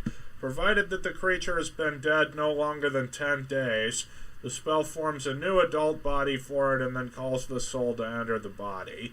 If the target's soul isn't free or willing to do so, the spell fails. The magic fashions a new body for the creature to inhabit, which likely causes the creature's race to change. The DM rolls a d100 and consults the following table to determine what form the creature takes when restored to life, or the DM chooses a form. And then you've got your you got your list of stuff. It recalls its former life and experience. It retains the capabilities it had in its original form, except if it changes its original race for the new one and changes its racial traits accordingly. I wonder how that would work with a variant human. Would you lose the feat that you get, or and the ability score increases, or what? I don't know. That seems like it'd be pretty DM dependent. Let's see here. We got planar binding. With this spell, you attempt to bind a celestial, an elemental, a fae, or a fiend to your service. The creature must be within range for the entire casting of the spell. Typically, the creature is first summoned into the center of an inverted magic circle in order to keep it trapped while the spell is cast. At the completion of the casting, the target must make a charisma saving throw. On a failed save, it's bound to serve you for the duration. If the creature was summoned or created by another spell, that spell's duration is extended to match the duration of the spell. The bound creature must follow your instructions to the best of its ability. You might command the creature to accompany you on an adventure, to guard a location, or to deliver a message. The creature obeys the letter of your instructions, but if the creature is hostile to you, it strives to twist your words to achieve its own objectives. If the creature carries out your instructions completely before the spell ends, it travels to you to report this fact if you're on the same plane of existence. If you're on different planes of existence, it returns to the place where you bound it and remains there until the spell ends. When you cast the spell using a spell slot of a higher level, it increases to 10 days with a 6th level spell slot, 30 days with a 7th level, 180 days with an 8th level, or 1 year and 1 day with a 9th level spell slot. I don't know. That might sound. That sounds like it might. But that doesn't sound kosher for a princess. It might be something that maybe the princess's father might cast to give his daughter a servant that she can boss around, but it doesn't seem like the sort of thing that a Disney princess would cast. Summon Draconic Spirit. That sounds neat. You call forth a Draconic Spirit. It manifests in an unoccupied space you see within range. The corporeal form uses the Draconic Spirit stat block. When you cast the spell, choose a family of dragon, chromatic, gem, or metallic. The creature resembles a dragon of the chosen family. The creature determines when it disappears when it drops to 0 hit points or when the spell ends. The creature is an ally to you and your companions. In combat, the creature shares your initiative count, but it takes its turn immediately after yours. It obeys your verbal commands, no action required by you. If you don't issue any, it takes the dodge action and uses its move to avoid danger. Okay, so it's...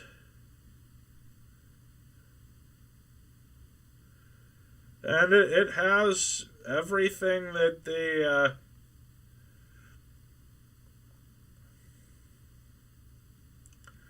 And it has all the abilities of of a regular dragon.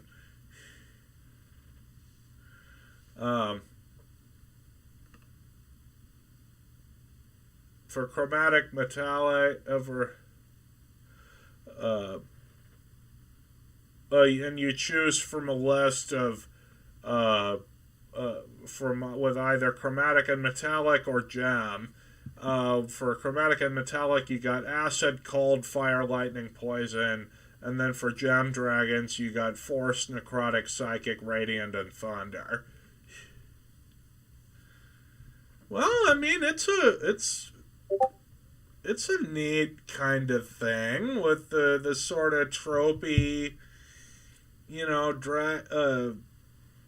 like it's the dragon that the princess comes with. Although admittedly, it's the dragon is usually the villain. But I mean, I guess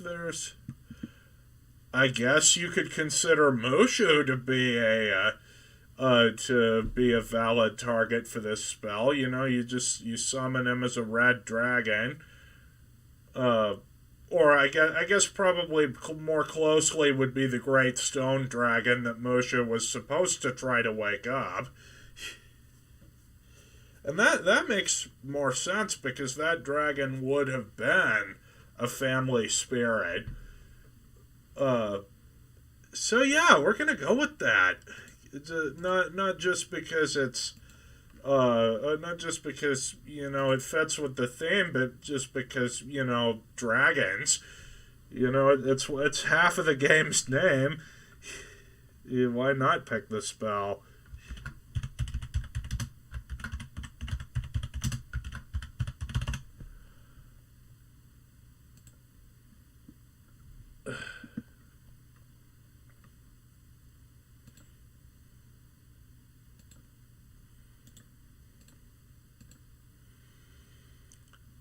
And by the way, as you can keep this spell going for up to an hour as long as you maintain concentration.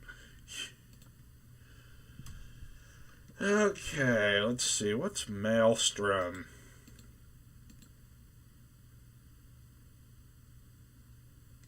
You're summoning a hurricane. What about Gaius? You place a magical command on a creature that you can see within range, forcing it to carry out some service. Yeah, that's not. That's a Jedi mind trick. We're not. Let's not go with that. How about Awaken? Okay, an agate worth. After spending the casting time tracing magical pathways within a precious gemstone, an agate worth at least 1,000 gold pieces, which the spell consumes, you touch a huge or smaller beast or plant. The target must have either no intelligence score or an intelligence of 3 or less. The target gains an intelligence of 10. The target also gains the ability to speak one language you know. If the target is a plant, it gains the ability to move its limbs, roots, vines, creepers, and so forth, and it gains senses similar to a human's. Your DM chooses statistics appropriate for the awakened plant, such as the statistics for an awakened shrub or awakened tree. The awakened beast or plant is charmed by you for 30 days until you or your companions do anything harmful to it. When the charmed condition ends, the awakened creature chooses whether to remain friendly to you, based on how you treated it while it was charmed. Yes, we're gonna go with that because there's a lot of I could probably think of some Disney princesses that have an awakened companion. You could sort of consider the Beast to be a Disney princess in the sense that he is in the sense that Belle comes into his life and saves him from himself, and he had a maybe I don't know where I'm going with this, but really though, the Beast fits all of the categories of being a Disney princess except being a girl.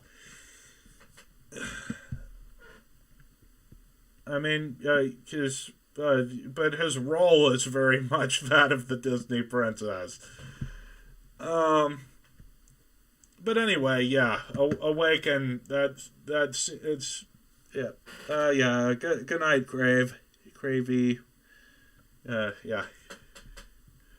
All right. So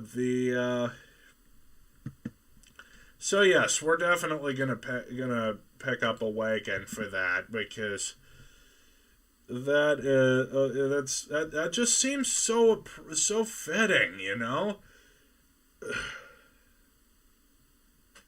I mean, I know it's not a specifically Disney thing. I mean, well, yeah, Elsa made an awakened snowman, although he wasn't a creature to begin with.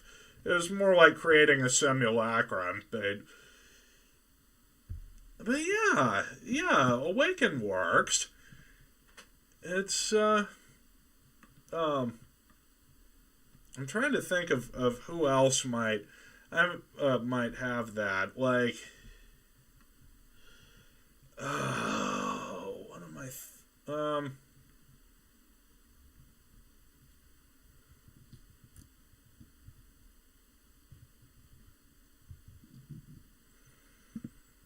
I guess the fairy godmother, maybe, because she had didn't the fairy godmother turn like one of the animals into a, well, that would be a polymorph spell, but like she turned the pumpkin into a carriage. That's sort of like awakening, I guess. I don't know. I guess that would be more of an enlarge reduce spell.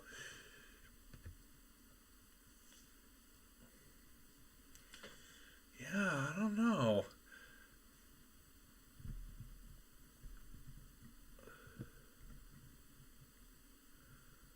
Let's see. Alright, let's move on to 6th level spells. And this is where we only get one, so we gotta choose carefully. Alright, we've got, let's see here. There's a Druid Grove. What does that do? Okay, you invoke the spirits of nature to protect an area outdoors or underground. The area can be as small as a 30-foot cube or as large as a 90-foot cube. Buildings and other structures are excluded from the affected area. If you cast this spell in the same area every day for a year, the spell lasts until dispelled. The spell creates the following effects within the area. You can specify creatures as friends who are immune to the effects. You can also specify a password that, when spoken aloud, makes the speaker immune to these effects. The entire warded area radiates magic. Dispel magic cast on the area, if successful, removes only one of the following effects. Oh yeah, I just thought of a Disney princess who has some awakened animal buddies. Ariel. Like, you cannot you cannot show me Flounder or the crab. I forget what his name is Jacques or something like that. What was the crab's name?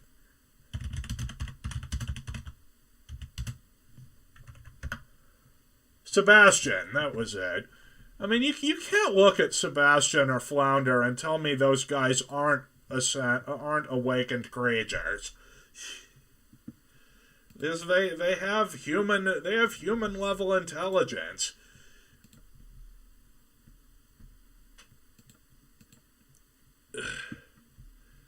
I always did find it weird that Sebastian spoke with a Jamaican accent.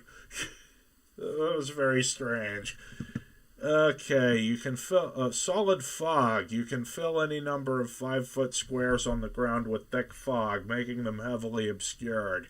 The fog reaches 10 feet high. In addition, every foot of movement through the fog costs 2 extra feet. Um, to a creature immune to this effect, the fog obscures nothing and looks like a soft mist with motes of green light floating in the air.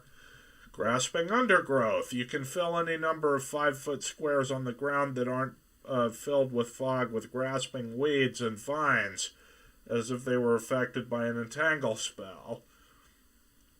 To a creature immune to this effect, the weeds and vines feel soft and reshape themselves to serve as temporary seats or beds. And then Grove Guardians. You can animate up to 4 trees in the area, causing them to uproot themselves from the ground. Trees have the same statistics as an awakened tree, which appears in the monster manual, except they cannot speak and their bark is covered by druidic symbols.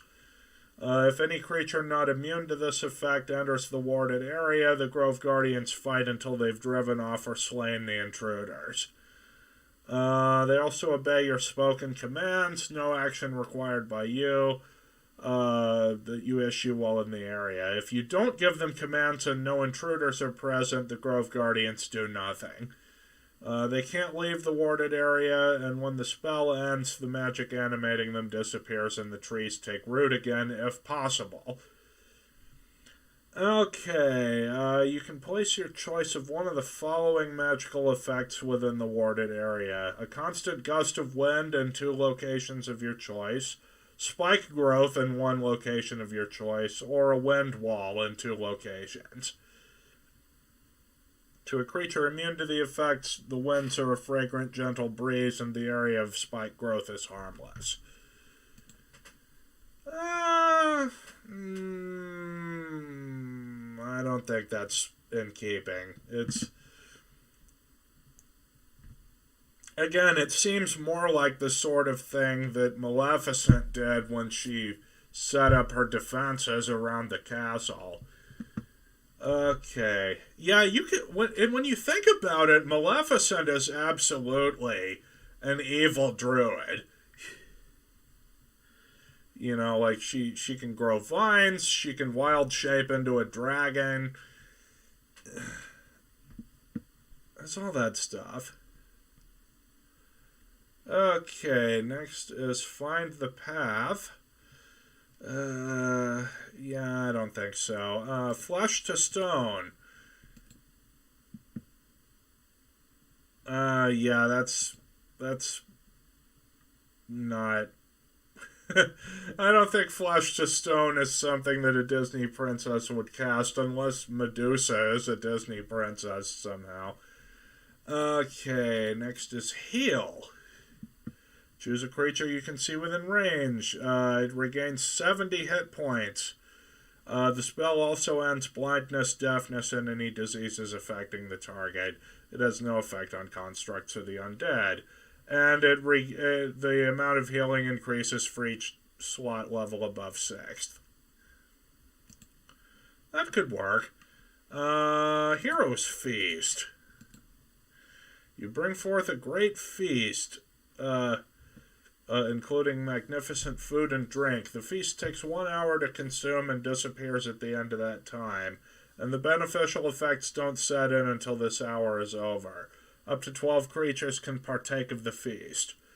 It gains several benefits. The creature is cured of all diseases and poison and becomes immune to poison and being frightened and makes all wisdom saving throws with advantage. Its hit point maximum increases by 2d10 and it gains the same number of hit points. And these benefits last for 24 hours. Yeah, I guess that could work. I mean, if you consider Beast from Beauty and the Beast to be a Disney princess in all but gender, then he absolutely could cast that. He's rich. Alright, let's take a look at Investiture of Ice. Until the spell ends, ice rhymes your body and you gain the following benefits. You are immune to cold damage and have resistance to fire damage. You can move across difficult terrain created by ice or snow without expending extra movement. The ground in a 10-foot radius around you is icy and is difficult terrain for creatures other than you. The radius moves with you. And you can use your action to create a 15-foot cone of freezing wind extending from your outstretched hand in a direction you choose. Each creature in the cone must make a Constitution save. A creature takes 4d6 cold damage on a failed save, or half as much damage on a successful one. A creature that fails its save against this effect has its speed halved until the start of your next turn. So that seems like an Elsa-ish spell. You know, we could go with that. Especially since, oh my god, there's one called Transport via Plants. This spell creates a magical link between a large or larger inanimate plant within range and another plant at any distance on the same plane of existence. You must have seen or touched the destination plant at least once before. For the duration, any creature can step into the target plant and exit from the destination plant by using 5 feet of movement. Okay, that's not what I was thinking of. When it said transport via plants, I thought it would be something like the pumpkin carriage. But no, it's not. But it's arguably more useful than that. But it's just not. It's not the thing. All right.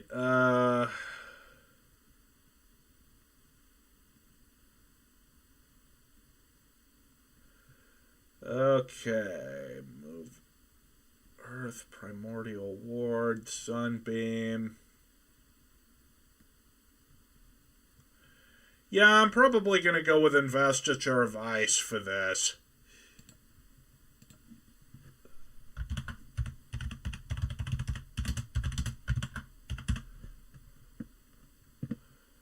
Alright. Next up, we have...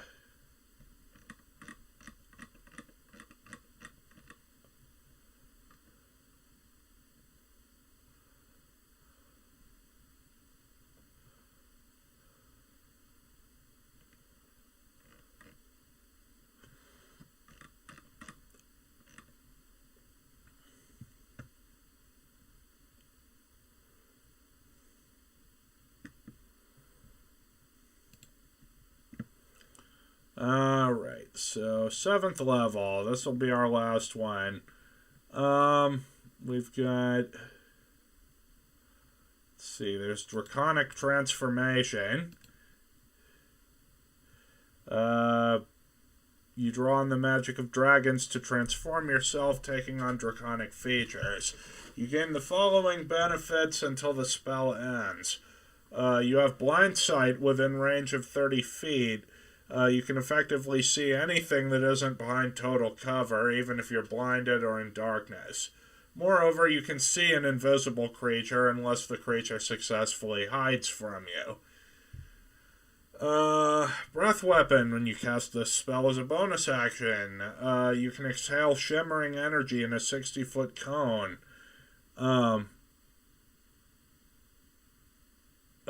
Each creature in that area must make a dex saving throw, taking 6d8 force damage on a failed save, or half as much on a successful one. Incorporeal wings sprout from your back, giving you a flying speed of 60 feet.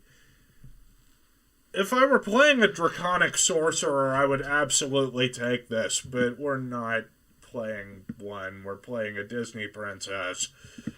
Alright, next up we've got... Okay, we got... Fire... Mirage Arcane.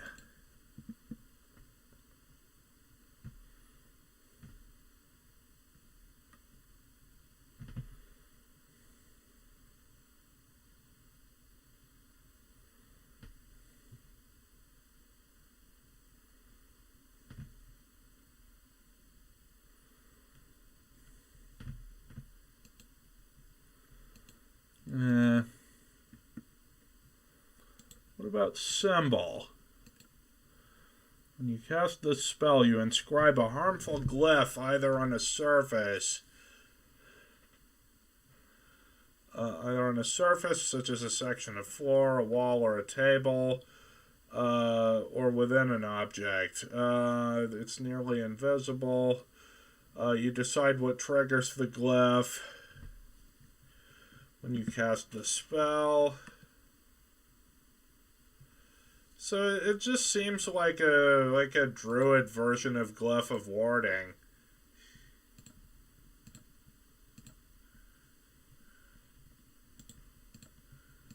Let's see, there's Regenerate.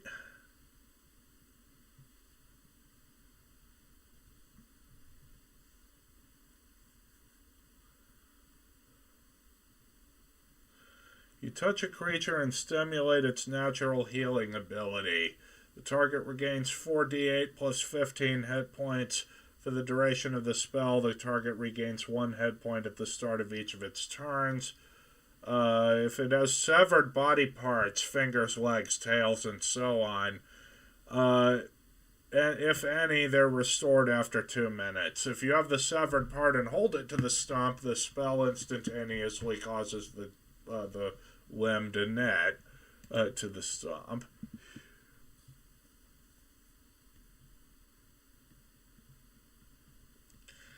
I don't know. None of these really seem very Disney princess appropriate. There's Plane Shift, which allows you to essentially move freely between planes of existence.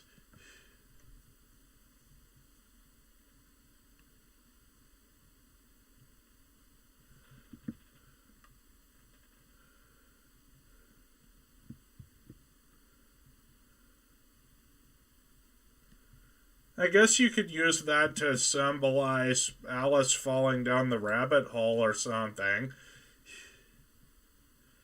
Yeah, I'll go with Plane Shift just because it doesn't... it doesn't really... There's nothing really else that you could do with it. There's really no other spells you could that would fit. All right. So we've got our spells now. Now let's look at the druid features, which I forgot to set up. So you can speak Druidic, the language of the Druids. So we'll go ahead and put that. All right. Okay, so we've got... Now there's all the spellcasting stuff.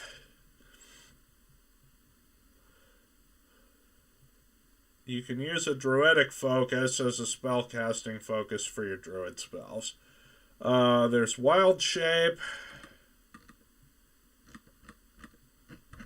which you would have access to the full range of stuff for your...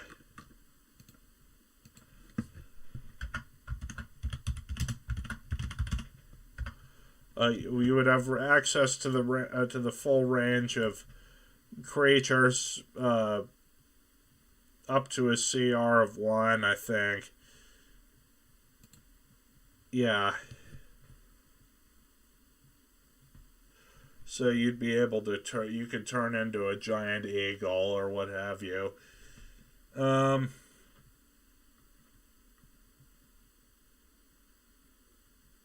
You can stay in your beast shape for a number of hours, equal to half your druid level rounded down.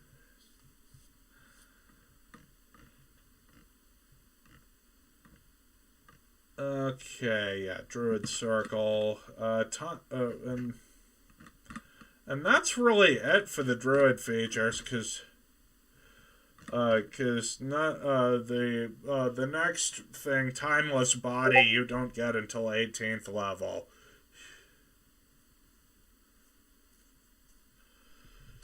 So now that we've got our all the gameplay stuff.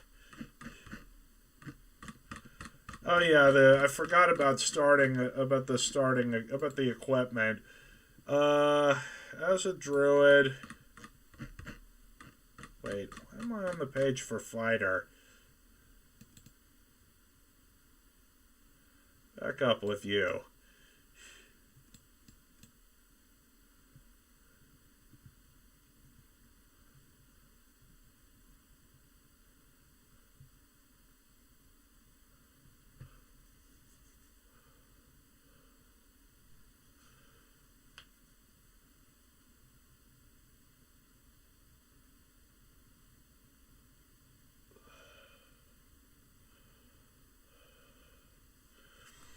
And that's nice that if you take on the shape of an animal with less hit points, if you get reduced to 0 hit points while in the animal form, you just revert back to your form and to your human form, and any excess damage just gets transferred to your human form. So you don't fall unconscious because you decided to wild shape into a frog and you got crit, and you got hit by a crit. Okay, so starting equipment: a wooden shield or any simple melee weapon. Yeah, we're probably gonna go with a shield because just to have like any good AC.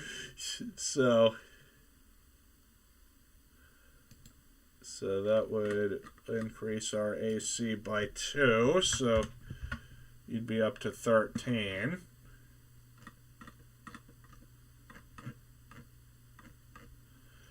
And the cool thing is that stacks with bark skin. So you could cast bark. You said all it does is it makes it so that your AC cannot be any less than 16.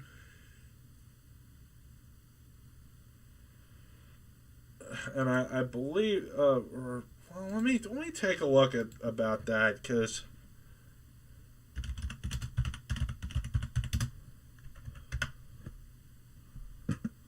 oh, okay. So bark skin doesn't stack with anything. It just doesn't allow your AC to fall below 16.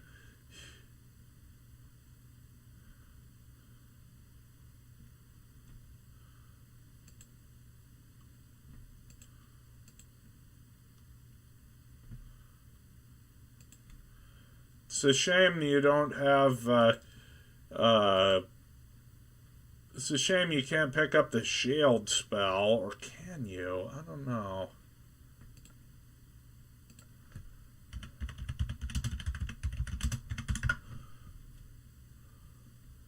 I can't remember if you can pick up shield as a. I don't think you can.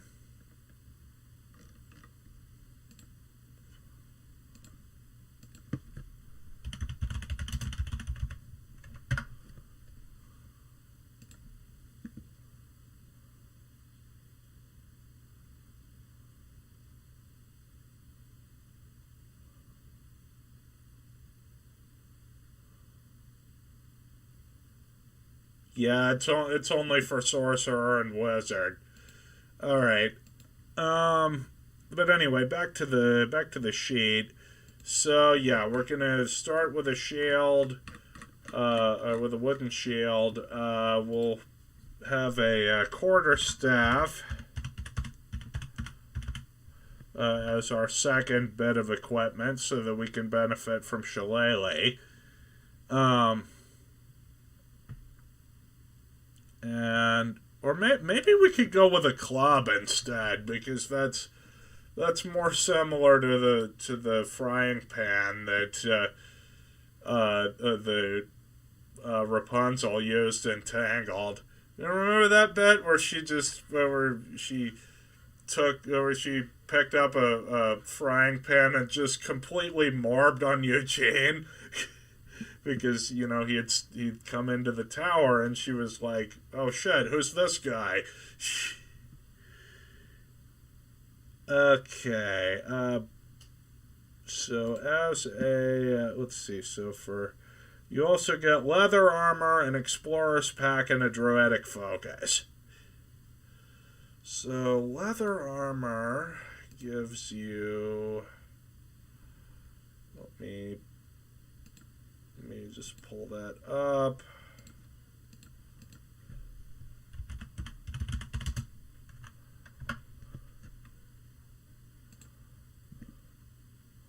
So leather armor gives you an AC of 11 plus your dex mod.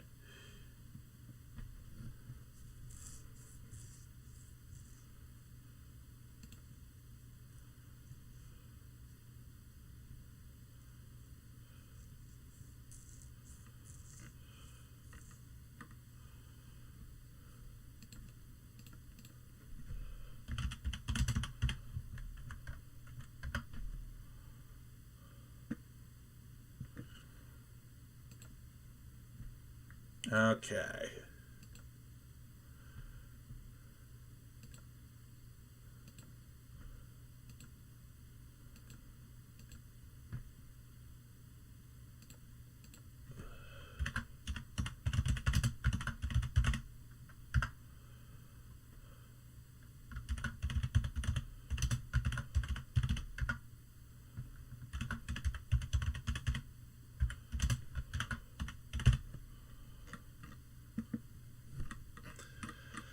Okay, we got our equipment, we got our spells.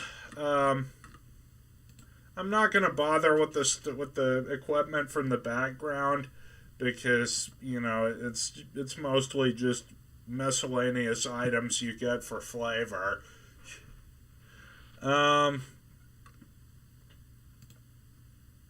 So I wonder what I should. What should I name my?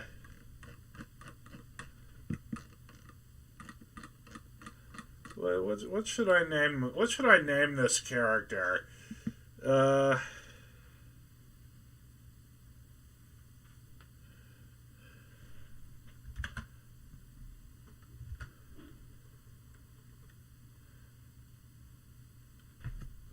Hold on. I'm just gonna look something up real quick.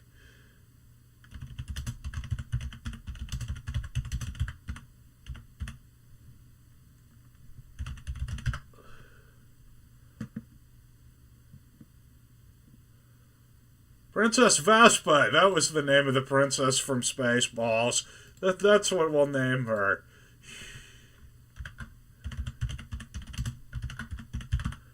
Since she is a princess and also a druid.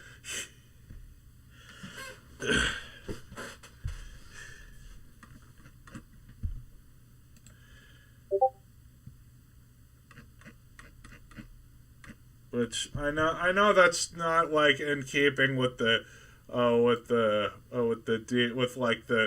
Disney I know that that's not the name of a Disney princess, but it's funny, so we're gonna keep it.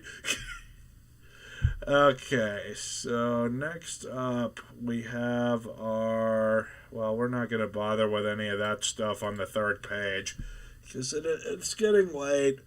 Okay, let's talk personality traits.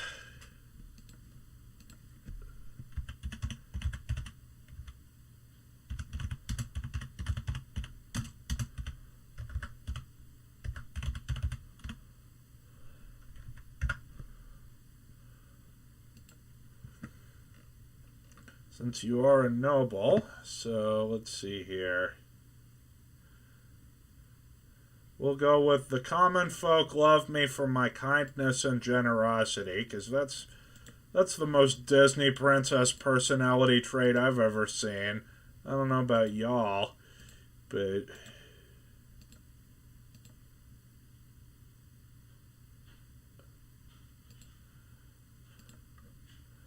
Alright, next up is ideals.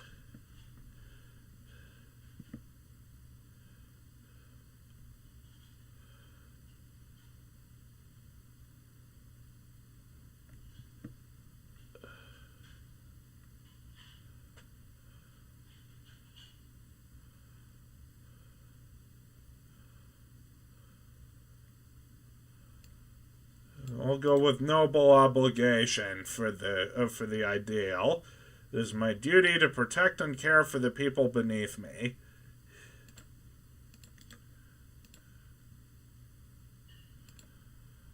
Next is bond.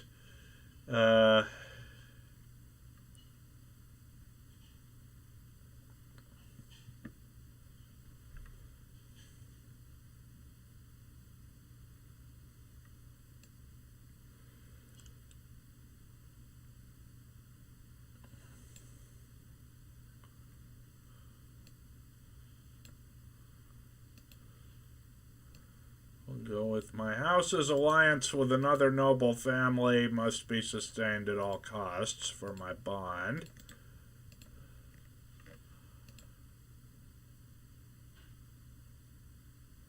Although if we wanted to go for a more tragic character, you could go with I'm in love with the heir of a family my family despises. Okay.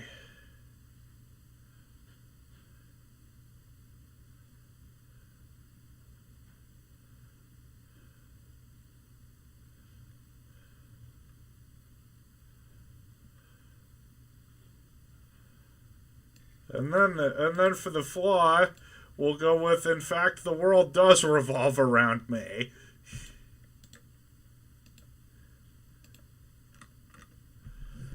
Alright, so that's our character. And yeah, that looks like about it. So yeah, if you want to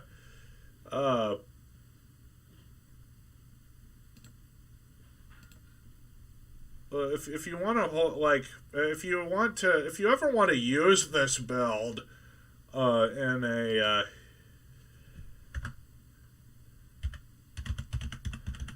if you ever want to use this in like an actual campaign involving 14th level characters, feel free to. I'll put a link to it in my Discord.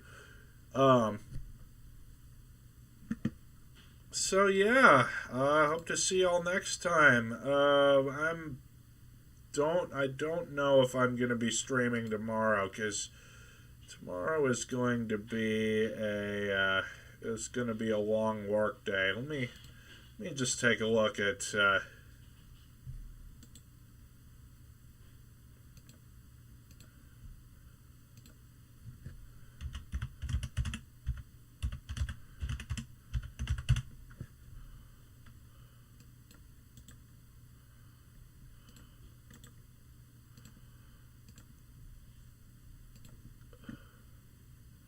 I'm just gonna. Okay, what's.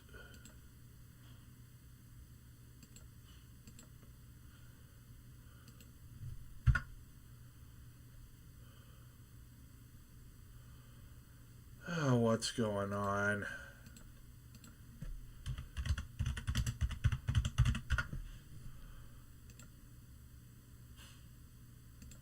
I'm just trying to fucking check my work schedule. Okay, so tomorrow I go until 7 p.m. Central, so it may be dicey as to whether I can actually stream tomorrow, but we're gonna I'll figure something out. Yeah, so yeah, I'll see you then. Bye bye.